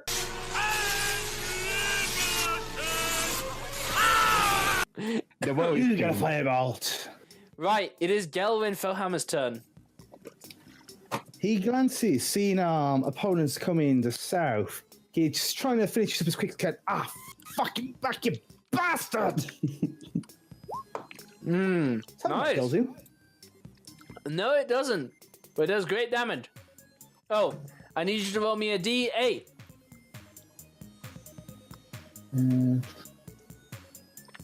Ah! Oh, hang on. Oh, sorry, misclick. That's a D20 with the reroll of the correct dice usage, +4. That will kill that orc. Oh, thank God. Right. I have a question. As a bonus action, I'm assuming the mount is possibly dead. Now this axe beak is part of the fray, so it's kind of a little bit more aggressive towards you now. It is not as hospitable as the previous one was, and he's not just going to mount it as he sees fit. That was not my intention. I wanted to split its guts open and get behind it so they have perhaps a disadvantage attacking me. You want to use this orc's carcass as a meat shield. And the mount if possible. I just sort of stand behind it. So Whoa! And a mount. You want to use the orc carcass dead as a mount. No, I want to use it and the mount as literally guts on the floor to sort of stall their advance. So perhaps slippy, maybe get disadvantage on attack. Oh, okay. You know, like, have you saw when Han Solo cuts open that one creature to save Luke's life? Something like that, and just sprays it all over the place. Oh. So I want to just sort of move behind it. Yeah, and then all the stormtroopers tried to walk over it, and they were like, "Whoa!" And they were missing They're all their going blaster shots. straight at me. So Again, those stormtroopers wasting money on training. Okay. Yep. You have another attack. You can choose. I mean, the orc's guts are pretty much opened out with this battle axe. Do you want to attack this axe beak while you're here to open its guts out? Sure. Okay. And just a question: if it was literally splayed all over the place, and if they charged right at me, there's only so far guts reach when you're a medium humanoid do you think creature. how intestines are? How hungry I am. I know they can stretch to the size of a tennis court. I know that they spill out and erupt a massive 1 foot at best from a creature. They don't just like lash out like living rope and worms. They got great axe. All right, fine, attacking. All right, yeah, you're attacking the axe beak. You are too caught up in your master plan of causing slippery, gut-slick roads on this dusty road trail. Oh, And he's moving back. this is why we love you all, Trick, really. Okay, It's not measuring. What the hell? it will measure. It will do it. Give us a new definition of dwarf. Yeah. What issue are you having, Ultric? There we go. Okay, you leave a threatened squares. Okay, you do not leave a threatened square. You move around it. No, it's just messing about. This. He's just sort of moving behind as best he can. Bring Okay. his shield up. Yeah, he was still armed with shield. Alrighty. Firstly, I have lost the axe beak. Let's get it back. Ooh. We're actually making good progress. I'm surprised we've gotten this far, even if it's been across the 3 hours. The axe beak will give you an attack. It rolls a 19 on Mr. Foehammer. It does 7 points of damage to him of the slashing variety, given its sharp beak. No rider, though. But then this rider, he comes up the 25, within the 50 feet needed, and he's going to start attacking Mr. Dwarfy Face with a 16, which will beat your AC. The defenders lose, and you will take 14 points of slashing damage. Then this Orog, coming up from behind, he's going to look at the situation. He's going to think and ponder about what he can do. He bonus action moves closer towards an enemy he can see. And then he's going to go in with the Grey Axe. With a 21, doing 13 points of damage. Mr. Glenn Foehammer has 3 hit points remaining. And he nat once. Excellent. So what he's going to do is going to attack this squawking random axe beak. It's going to hurt it quite a bit. The axe beak is not at all happy about it. And basically goes to flee the scene afterwards. Glenn can give it an attack of opportunity if he wants to. Alrighty. Whoa!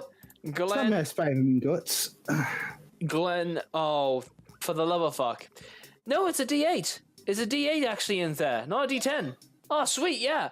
No, that axe beak is, the curved axe is bent inwards and then broken across his jaws as the axe comes right into its squawking face and beheads the upper half of it as it flees from the scene. Well, it tries to, but doesn't get very far. There we go. Very nice.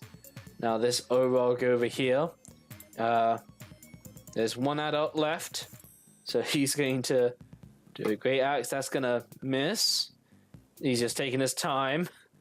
That one's gonna hit, and he's going to kill the last adult of this this place. And then he's going to start. There's enough fun going up in the north. He needs to find more fun for himself down south. He's left the children crying and alone, and he's made sure to properly scar them to never want to do anything to upset an orc. Let's see. Damn, you guys are far away. Alright, he basically just goes there. No targets to see. Alrighty, now we have the other creatures. The Magmims, they will now... Let's see. Where's Magmims? I believe... No, they just have a touch. Yeah. Yeah. The Magmims all begin to set this building on fire, while this one... Well, the rest of them will basically converge around the forges of the Everyone's home, and they begin to set that on fire with the lady in this one. Mr. Glenn will remember as there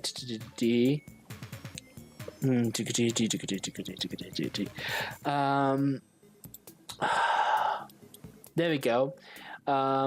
Harriet Ildenath. who basically is getting herself surrounded by these nasty magmims as she just basically tries to go to the back of the forge as they're taking up the front entrance, crowding it in fire. Meanwhile, this Mr. Orog here comes down and he dashes to here. He sees a target, so he will move 90 feet closer towards it.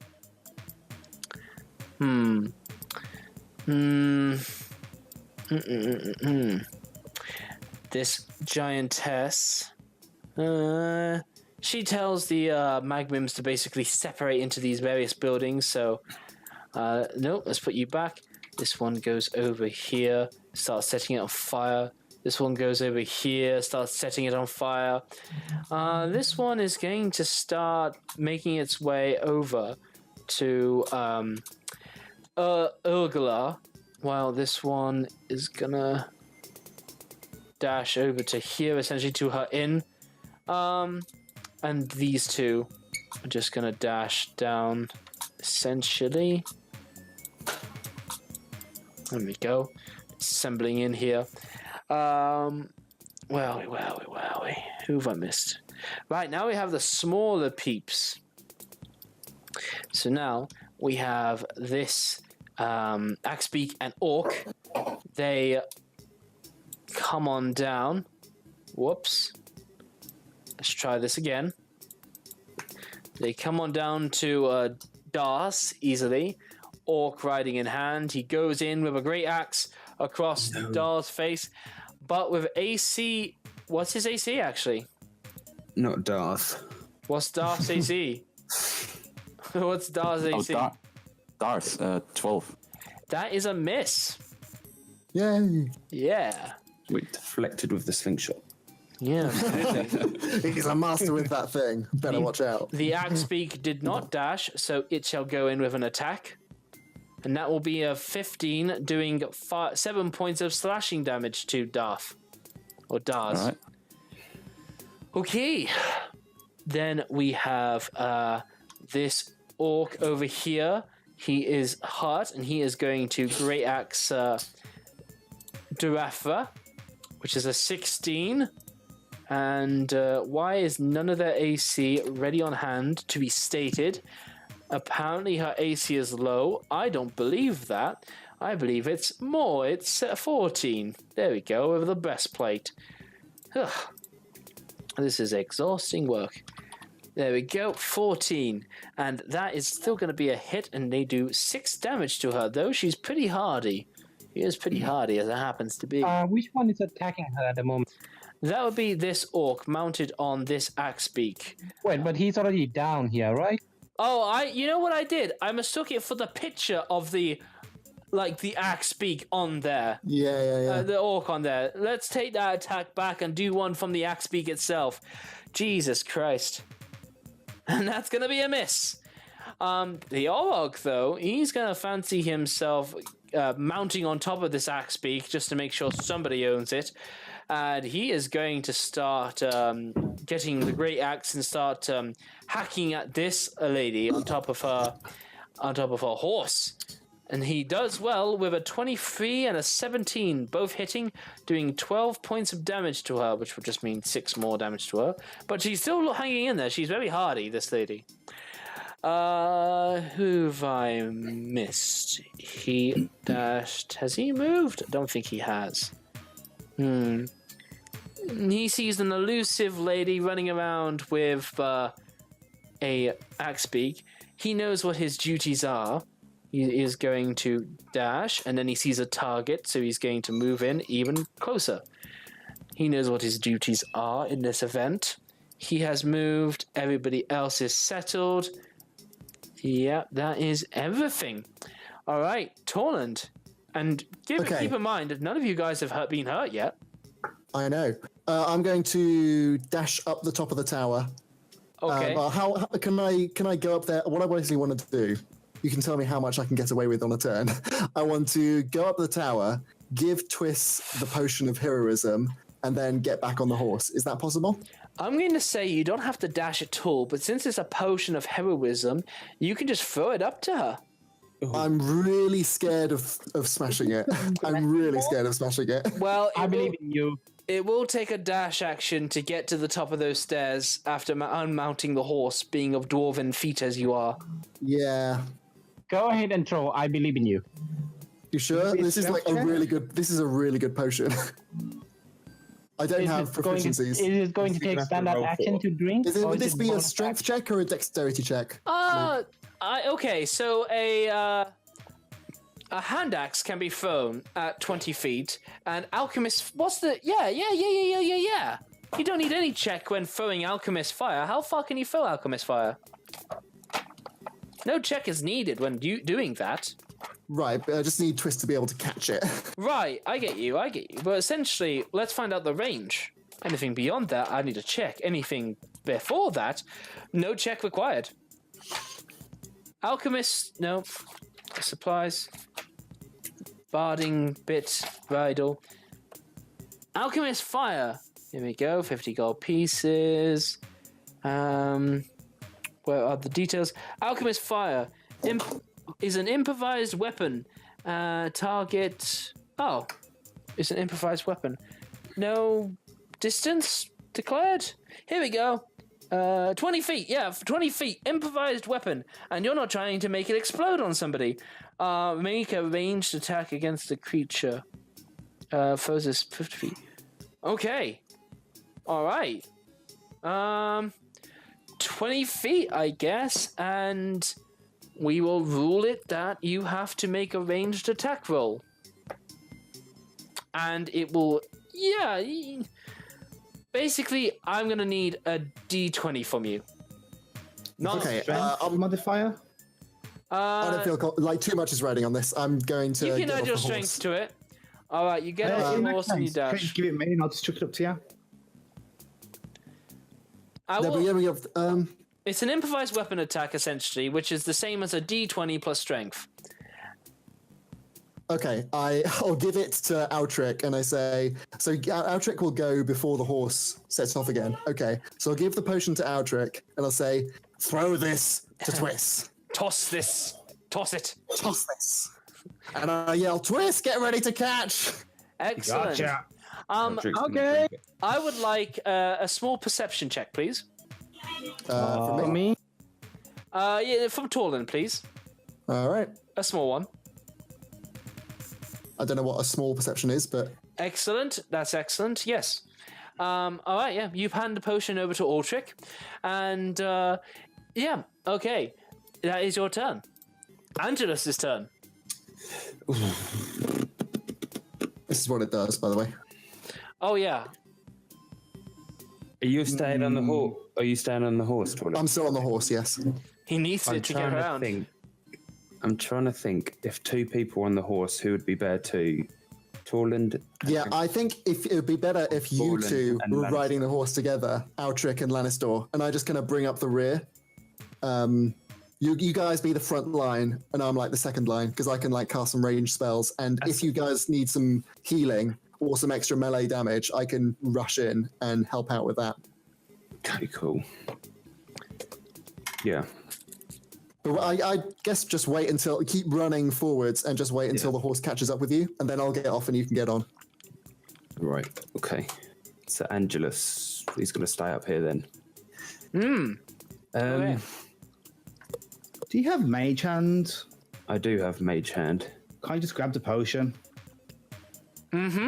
Yeah. As a, You could do that. Is that like a free action or 'cause I don't know how it works? It's an No. action to cast, as shown in the compendium of yes, Mage Hand. okay, yeah. I'd Oh yeah, that's a great idea. scoop it up and bring it up to Tris. Yeah, done. The hand goes down to Just like- collect the flask and happily brings it up to them. I just look That's at Torland. teamwork. Just Yeah. look at Torland like, That's telekinesis, Kyle. Good thinking, Gnome. I'm glad I brought you. Yeah, You excellent. think like a dwarf. Do they really? A burnt bloody dwarf. right, I think I'm just going to stay here with a ready action. Well, no, I cast that now, haven't I? That is my action. Okay. Yeah, no, then I'll just chill up here still then. I will remind you, Lannister, that this is a war mage, so he is know, okay for being in combat. I tell you what, fuck it. I'm gonna run and jump on the horse then. Yay! After leaving the potion with Twist. Yeah, just obviously. Okay. Can I catch him? I want to put him on my shoulders. Piggyback. Yeah, Do you want me to- absolutely. Do I have to do a check to jump off? No, not at all. He's a little cool. So he's gnome, on and he's the got horse, yeah. more than enough bros to catch him. Excellent. There you go, buddy. Yes. Right, It is awesome. now Urgala Miltimer's turn. Okay, is this guy touching me? Oh, For opportunity, because we're big at the moment, so I don't know if he's actually like in range of me. Probably not, right? I don't have to disengage or anything then. This. Sorry. Sorry, I thought you said it was a gnome touching like Torland. Yeah. Like being There you like go. really sundry about. Orchik's my friend. Okay, here's what I'm gonna do. Yeah. Can you shrink this guy as well? Okay. Alrighty. The point is, I have to do this corner at a time to try and get this as Yeah, fairly in the it's annoying. middle. Yeah. All right, so I'm going to move 40 feet. 40, yeah, 50, I'll go 50 feet. That's just like half of the Axe Beaks' dash or movement. And Yeah, I mean, I'm going. If the axe beak moves, its base speed is 50, so the axe beak can move in, and it can also do an attack. And then I'm gonna do two attacks, or as many attacks as it takes, with my Morning Star on this guy. All right, how many does Meltimer get? That is a hit. She gets 2. No, that's a miss, actually. That is a miss. Oh, jeez. He has plate armor on. Frick, I'll try again. That is a hit on an 18. Yay! Bust through that serious armor plating. And yeah, you are going to hurt him a bit, yeah. And then I'll do one for the axe beak if you don't have it already. That is a miss. Yeah, I think in that case I won't dash with the Axe Beak, I'll just like attack with the Axe Beak. Yes, but it is a miss, unfortunately. Oh well. The Magmim follows you as you go by, hungrily looking for more things to burn. And that afro looks very flammable. Yeah, But it- surface area. Yeah, but it is something being worn or carried, so I guess I can't do that. I'm making this smaller because I think you have plans to progress on over here. Right, it is now Narf Tezrin's go. All right, I'm gonna charge up to there, 30 feet, and I'm gonna use my right. Is that is an enemy there, isn't it? That is an enemy, yes. I'm gonna use my crossbow on the orc Yeah, totally, absolutely. or short bow. No, it's hand crossbow. Yeah. Roll a 1. No, that's a miss, unfortunately. All right, I'll leave that as a miss. Yep, he has got his movement. It's gonna. Yeah. I would recommend No, in all what do you encounters, mean? this is not the one you want to be still because, every round is precious. A lot of things tick by. So I've just used my action. Can I use my cunning action now to take a dash? Let us read about. No, does he have roguelike qualities? It says cunning action in his. Then he can perform it as a bonus action. Awesome. Cool. Yeah, Can I yeah. dash inside the building? Cunning action. On each of your turns, as a bonus, you can take to dash, disengage, or hide. So he can absolutely dash, and he can absolutely go into this building he's eyeing up. Cool. Just so you know what you're heading into. This is the Lion's Share. It was refurbished by the Lion Shield Coaster, a company you're not really sure of. Above the store's entrance hangs a polished shield emblazoned with the head of a stylized golden lion on a blue background. So very World of Warcraft. When he does go in there, there is a young proprietress, Alastar Earlgar, who is Narf's partner. Yes, so of all What's her name? Alastra Earlgar, and I'll copy and paste that. You just call it Elga. I'm like, Elga, my love. I don't know No, if it's just love embrace her. or if it's business partner. I'll be honest, it doesn't specify. But in his handout, Oh god, my business partner with benefits. yeah, maybe. Yeah. So she pays him well for his something. I adore my colleague Alestra. Yeah. Yeah, I'd like to do something to impress her. he runs a business with his partner Alestra, and she knows she wouldn't forgive him if he ran off and never returned. You just roleplay what that is, yeah? It doesn't state, so What? you roleplay what it is.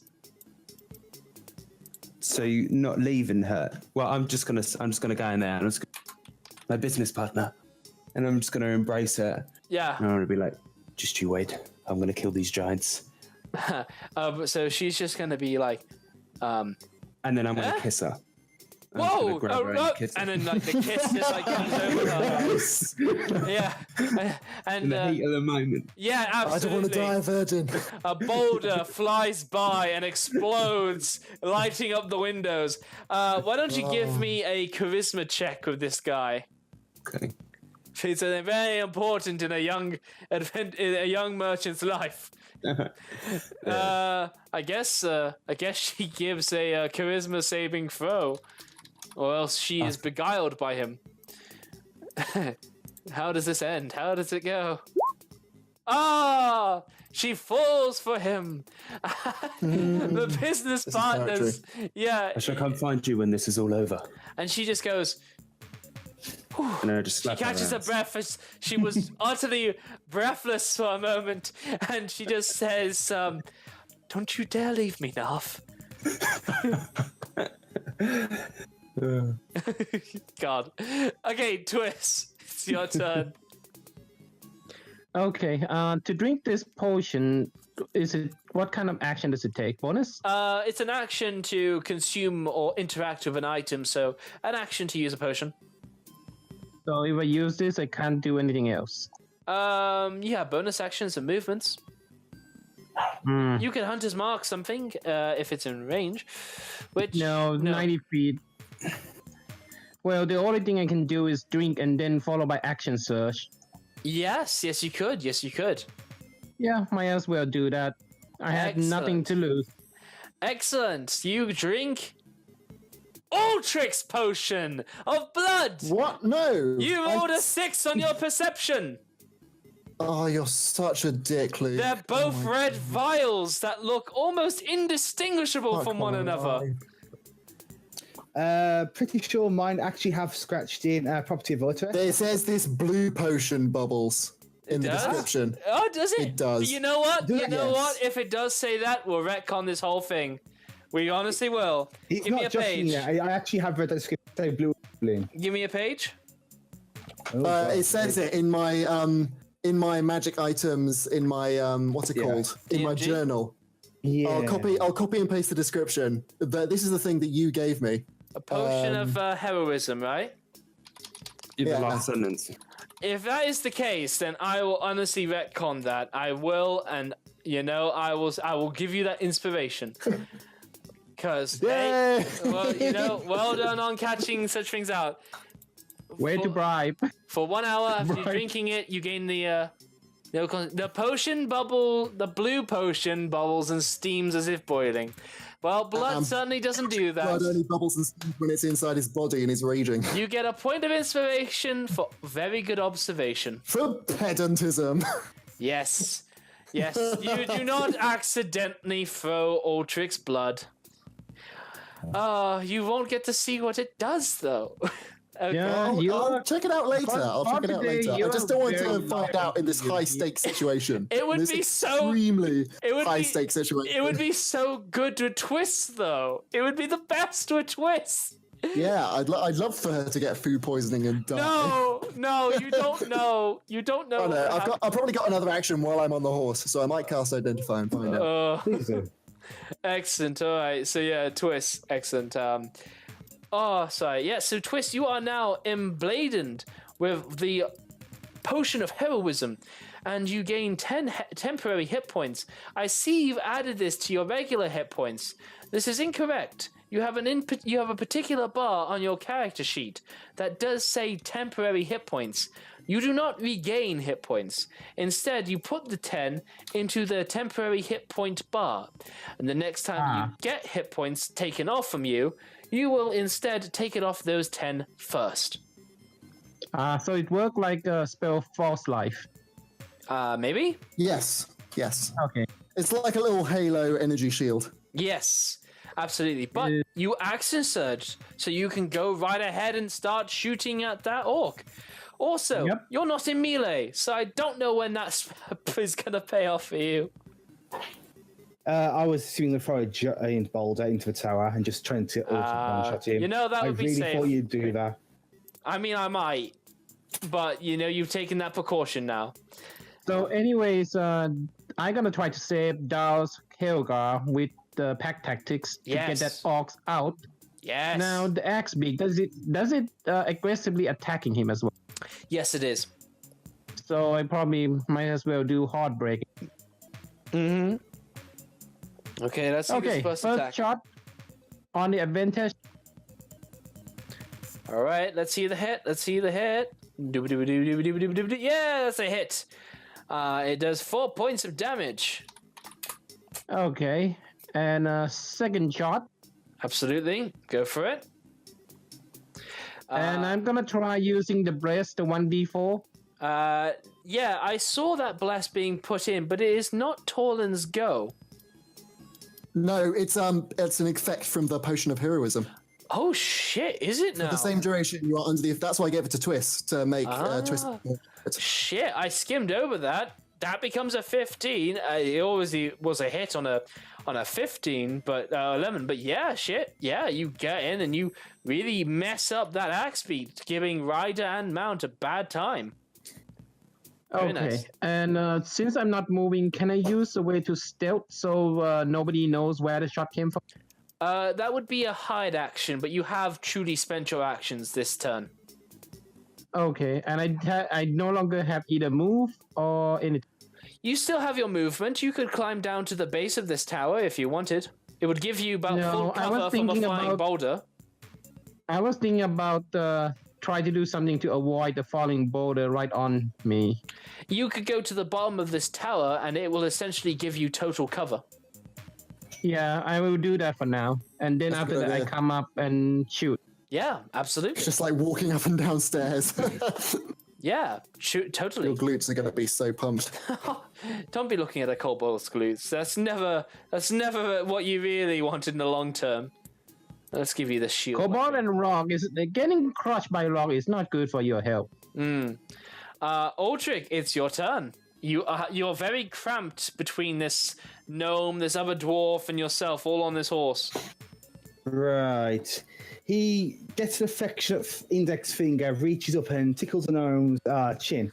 Here you go, laddie. And he puts a vial of Aldrich's finest into his hand for a rainy day, or if you're in trouble. And that is one gone. He just clamps it in his hand. So we are down one. And identify it. Check what it does for lesser people. Not everyone can be Aldrich. Lannister, please add Aldrich's potion to Angelus's equipment, please. Thank you very much. It's also a metal vial for what it's worth. I can't wait to show you what it's going to do. I can't wait. I think I might drink it on this next guy. Well, put some hairs on his chin. I think I'm gonna try and identify it on my turn. Yeah. So right. He said it's phenomenal. I'm assuming you heard. But also, for Angelus, he is of an arcane mind to suggest. I mean, he's not a sorcerer; he is a wizard, so he does study, and he's just like, "Oh, this needs filtering. This needs a process. This is not ready. This is just. I'm not gonna try this. No, that's an idiot thing to do. But for the sake of learning." But no, I also have to fight. So no, you stuff that natural talent. Not yet, not quite yet. He looks at Torland. This is your stop, laddie. He's sort of, like you're a kid and you pick up your hold of your arms. No, wait. What am I doing? I'm staying on the horse. You can just kick him, Torland, in an Aldrich if you really want to. Just boot him off. He wants to gently drop him on his feet. Okay. No, why? Okay, you can... You're not good enough, laddie? No, I need to get to the middle ground. We'll go and pick up Lannister, and I'll get off then. There isn't any room for Lannister on top of you guys. Okay, laddie, just saying. No. Yeah, well, when we get there, I'm going to get off, and Lannister will get on. Okay. I think... Just be quick, lad, because I think we are speeding straight into the enemy. We both know all of the dwarfs. I'm getting ready to jump off. One thinker, one fighter. They And never I'll intersect. follow. I'll be like 20 feet behind you, and I'll be buffing your asshole. And for God, don't get hit by a boulder. I'm not scraping. I'll your gum try. off. Drink the blood if you're stuck, you twat. Enter. Nice. Okay, yeah. So the giantess, she continues to dash along, very slow, but that's their huge bulk stomping along, as they continue to make their way towards an easterly direction now. It is Giraffra Sendril's turn, and she is currently in middle combat with an Orog. And she has already dispatched the orc that was previously riding it.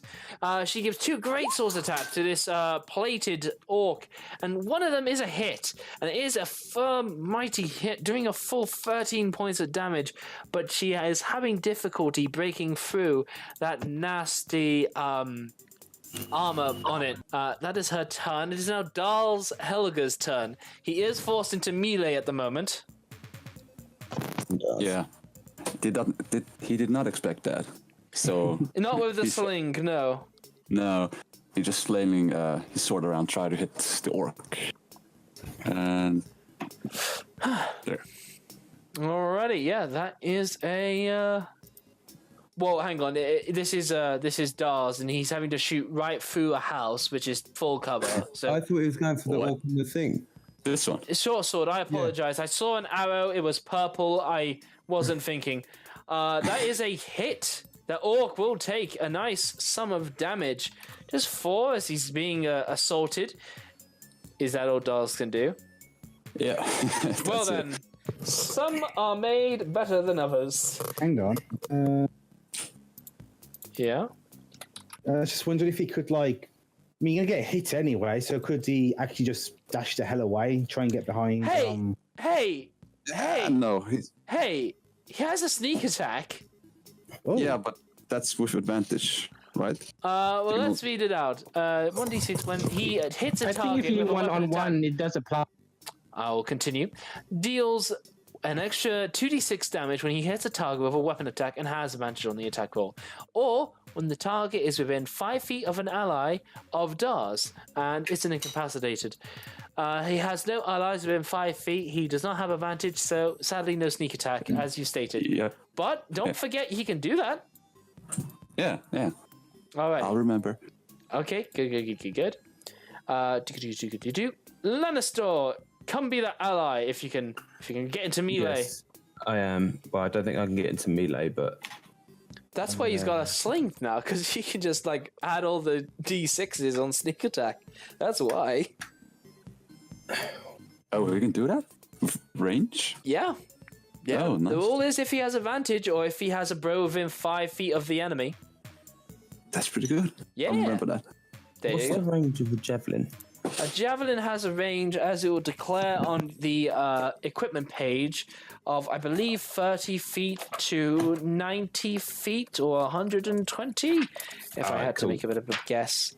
And when I look it up to verify it, javelin thrown 30 feet to 120, disadvantage after 30 feet. I'm gonna try and save my boy Dars. Alrighty, yeah, that's it. That would be a disadvantage. That's a hit. Don't you have strength? Yeah, What's your strength modifier?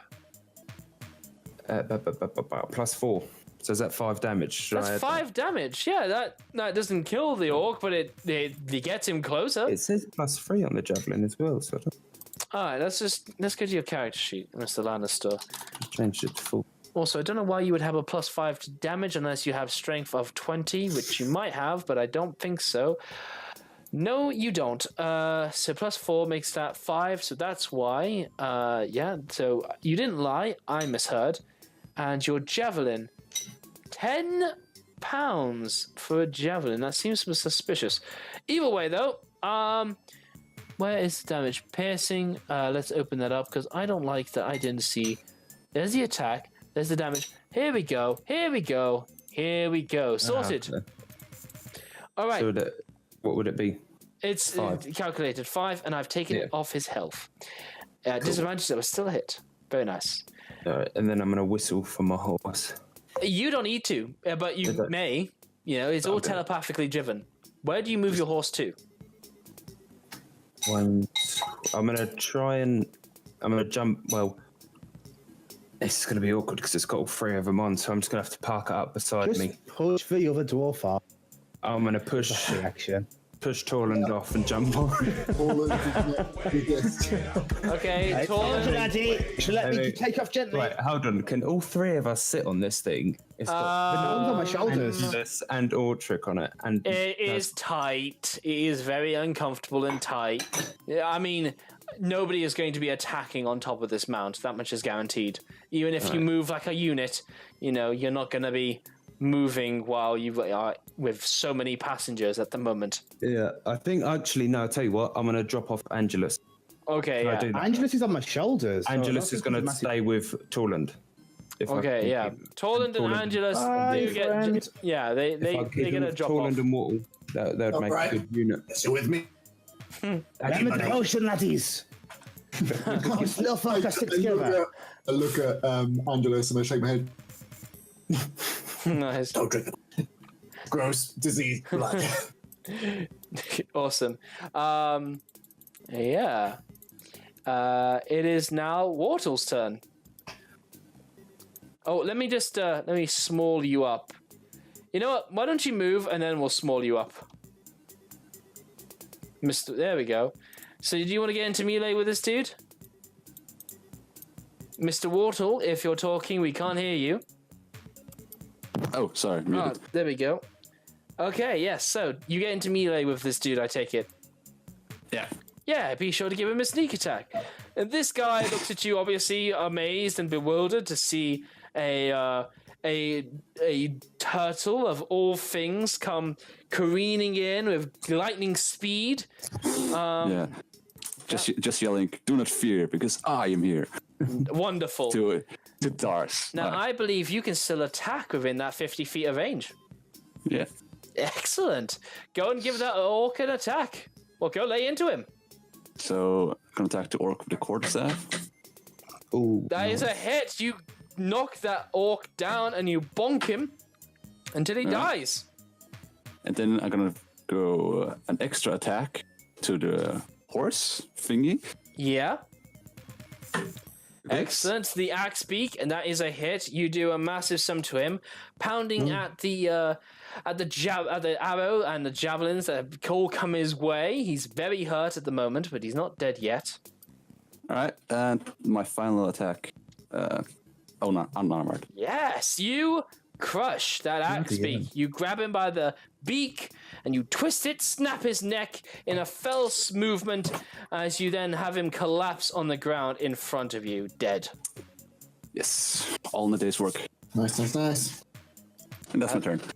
You know, this is not going too badly for you guys. I think you can pull out of this pretty easily. I need to step up the heat. We'll see. Alrighty. here So, comes the boulder on the horse. why didn't I think of that? Thank you so much. Thank you. Okay. 30 feet. He moves in. Why did you say that? You're so clearly in view. Oh my God. Oh, can I use my protection? Because if this is going to happen, Your protection of what? my fighting style protection. Okay, yeah. You can impose disadvantage when it's being targeted at another creature. Okay. So anyone that's on the horse with us, I'll just stick my shield up. Oh, well, of course. Why shoot for the little things when you can absolutely bowl for the big thing? This guy's going to go for the horse. Makes no sense. And yeah, you can impose disadvantage trying to bat your shield to protect your horse from this boulder, imposing disadvantage. Well, yeah, this giant sees you. He is going to narrow his eyes as he sees that there is a potential threat that is actually going to cause for a little bit of difficulty. Nice. Okay, yeah, and he is going to throw a rock over your horse's way. At disadvantage, you actually do a great job of being able to subside some of that rock, actually. But it still powers right through you and does hit your mount with a 13 with his own AC of 11. Your horse takes 29 points of bludgeoning damage and evaporates beneath your feet as you fall down suddenly with your horse having been evaporated. I'm sorry, I opened my mouth. Everyone. And it makes Damn it, sense for the boss. giant to do that. Like he sees a band of brothers. And Yeah. like- I mean, yeah, he will go for you guys next. You are close enough to have deserved their attention, and We they take will. damage as well. No, you just fell. He essentially bowled for it, you know? He shot put it, and the boulder rolled enough to crush that horse as he went. You know, because a kind of proper baseball throw at such a low angle would be difficult while you've got that shot from horse. below, I think. And not get the horse. It's not a DC check, it's a roll to attack, so I have to judge it that way. Anyway, yeah, you have earned their attention, Okay. and I see you're not hurt, so we can keep this spicy. It is now Gelvin Fohammer's turn. He's getting very desperate now. He sees Yeah. light flashing behind his. He sees the awkward great axe, thinking he's the biggest threat. He throws the shield to the ground, just not uncaringly, and he's swinging two-handedly. Oh, excellent! Yes, You will not be my end. outstanding. Oh, Yes. oh, yes! You actually do cave in that orc's head on top of his rider as he doesn't go down past, he goes a little bit just to where the shoulder opens up really, and his axe cleaves down the head straight down to there as it slumps off the axe beak. The axe beak, not having been hurt, might be docile depending on how Mr. Gelwin plays this. He turns around and looks at the other orc. He's just not trying to get too close to the axe beak. Yeah. You son of a bitch! You killed them all. I will take you. I'm 2 for 2. Outstanding.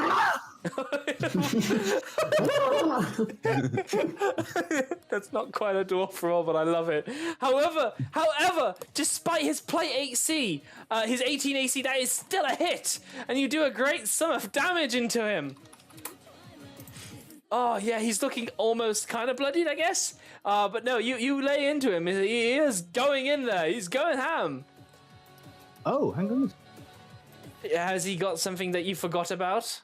That would have been helpful to his other attacks. Strength is just double checking. 1d4 plus 4 slash damage. Does that include his strength? Yeah, no, these yes, attacks will include his strength for +4. Okay. Oh yeah. Okay, there's one. Yeah, that did 1d8. So I'm swinging double-handed. That'd be 1d10. That is true, but take the 11 because you rolled well. You can roll. You can roll again, but DM's advice is don't risk it. Can't just re-roll damage because I did declare through the shield side. I was swinging with the. Yeah, two-handed. you can re-roll it, but I'm telling you, maybe don't risk it. It's a good roll. No, I'm saying just can't just roll a dice for the actual damage. Or That's no, what I fine, mean. screw it, I'll keep it. There we go. You're welcome to re-roll it, but it's a good roll. It's good damage. You don't want to ruin that moment. Why is that opened up? I didn't ask for that to open up. Where were we? Right, yes. Now we have all the other turns. The Magmims surround this forge, completely coming in around it.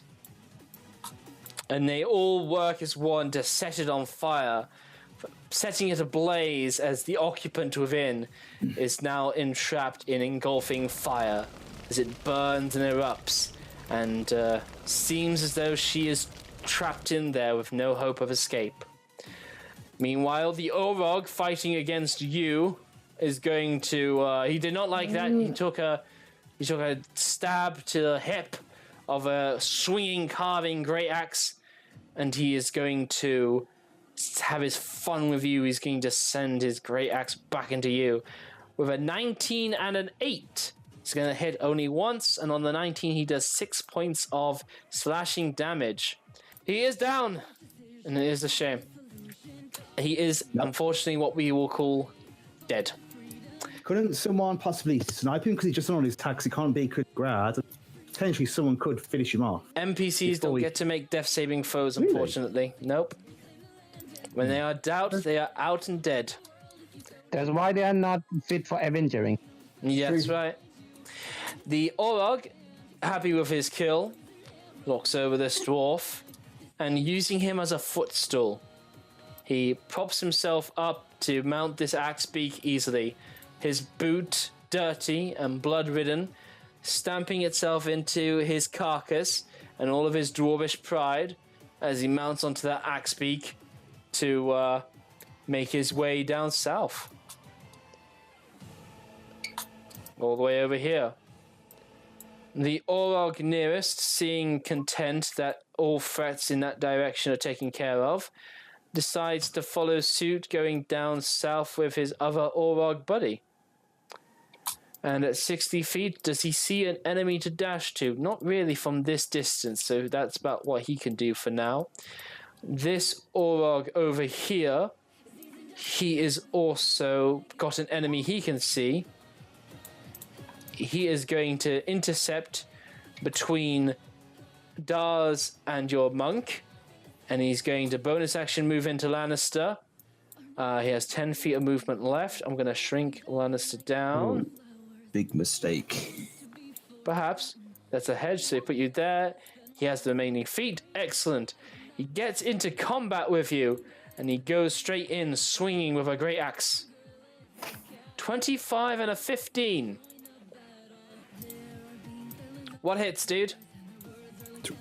What is that? My AC? Yeah. No, I'm telling you what attacks rolled, and you say one of them is a hit, and you say one of them is a miss. 25 and a 15. What hits, my dude? 25. That's correct. And yeah, you will take 10 points of slashing damage. Good. Furthermore, oh wait, I had my temporary hit. all that stuff is dead. Why do you have temporary? He takes damage. Yeah, you have Agatha's armor on you. Yeah. Yeah. Stuff to remember. We'll use that. Okay, yes. So, how much damage does he receive? 5, I think. Excellent. Let's look at armor. Let's have a look. Why can't I find that? Come on. More of Agatha's. You gain temporary 5 hit, but if Preacher hits you with a melee attack while you have them, it takes 5 cold damage. Thank you and excellent. Yes. So he's going to take some cold damage, which he is in no way resistant to. And yeah, he's just going to take that 5 cold damage as it sears and crisps across his skin, searing him to the bone with fierce coldness. Meanwhile, this Orog over here continues to wrestle against Darathra. 2 great axes again. Somebody was disconnecting. A miss and a 21. 21 doing 16 points of damage as he hacks a very nasty cut across the middle of her gut, bloodying her as that looks like it's definitely done some nasty work to her. Meanwhile, the Orog that has approached Urgala will lay into her with some more great axe, swinging it twice. A miss and a 24, doing 10 points of slashing damage to her. Then to follow up, this Magmim will come on over to her, and it's going to try to employ a nasty bit of devilish touching of pure fire to her. It rolls a 9, which I believe is going to be a miss, but her AC is not listed here. I think it's 12. Okay, excellent. It's 12, yes. Yep, so that's going to be a miss. As for the other Magmims, this one is going to come off the house to come join in the lovely fun. It's going to try to touch her as well, to burn her. It does so with a 20.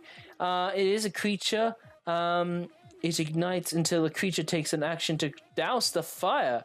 Alrighty, yes, so right now, firstly, she is on fire. She takes 5 points of fire damage, but also, again, she is on fire, signified by this wiggly.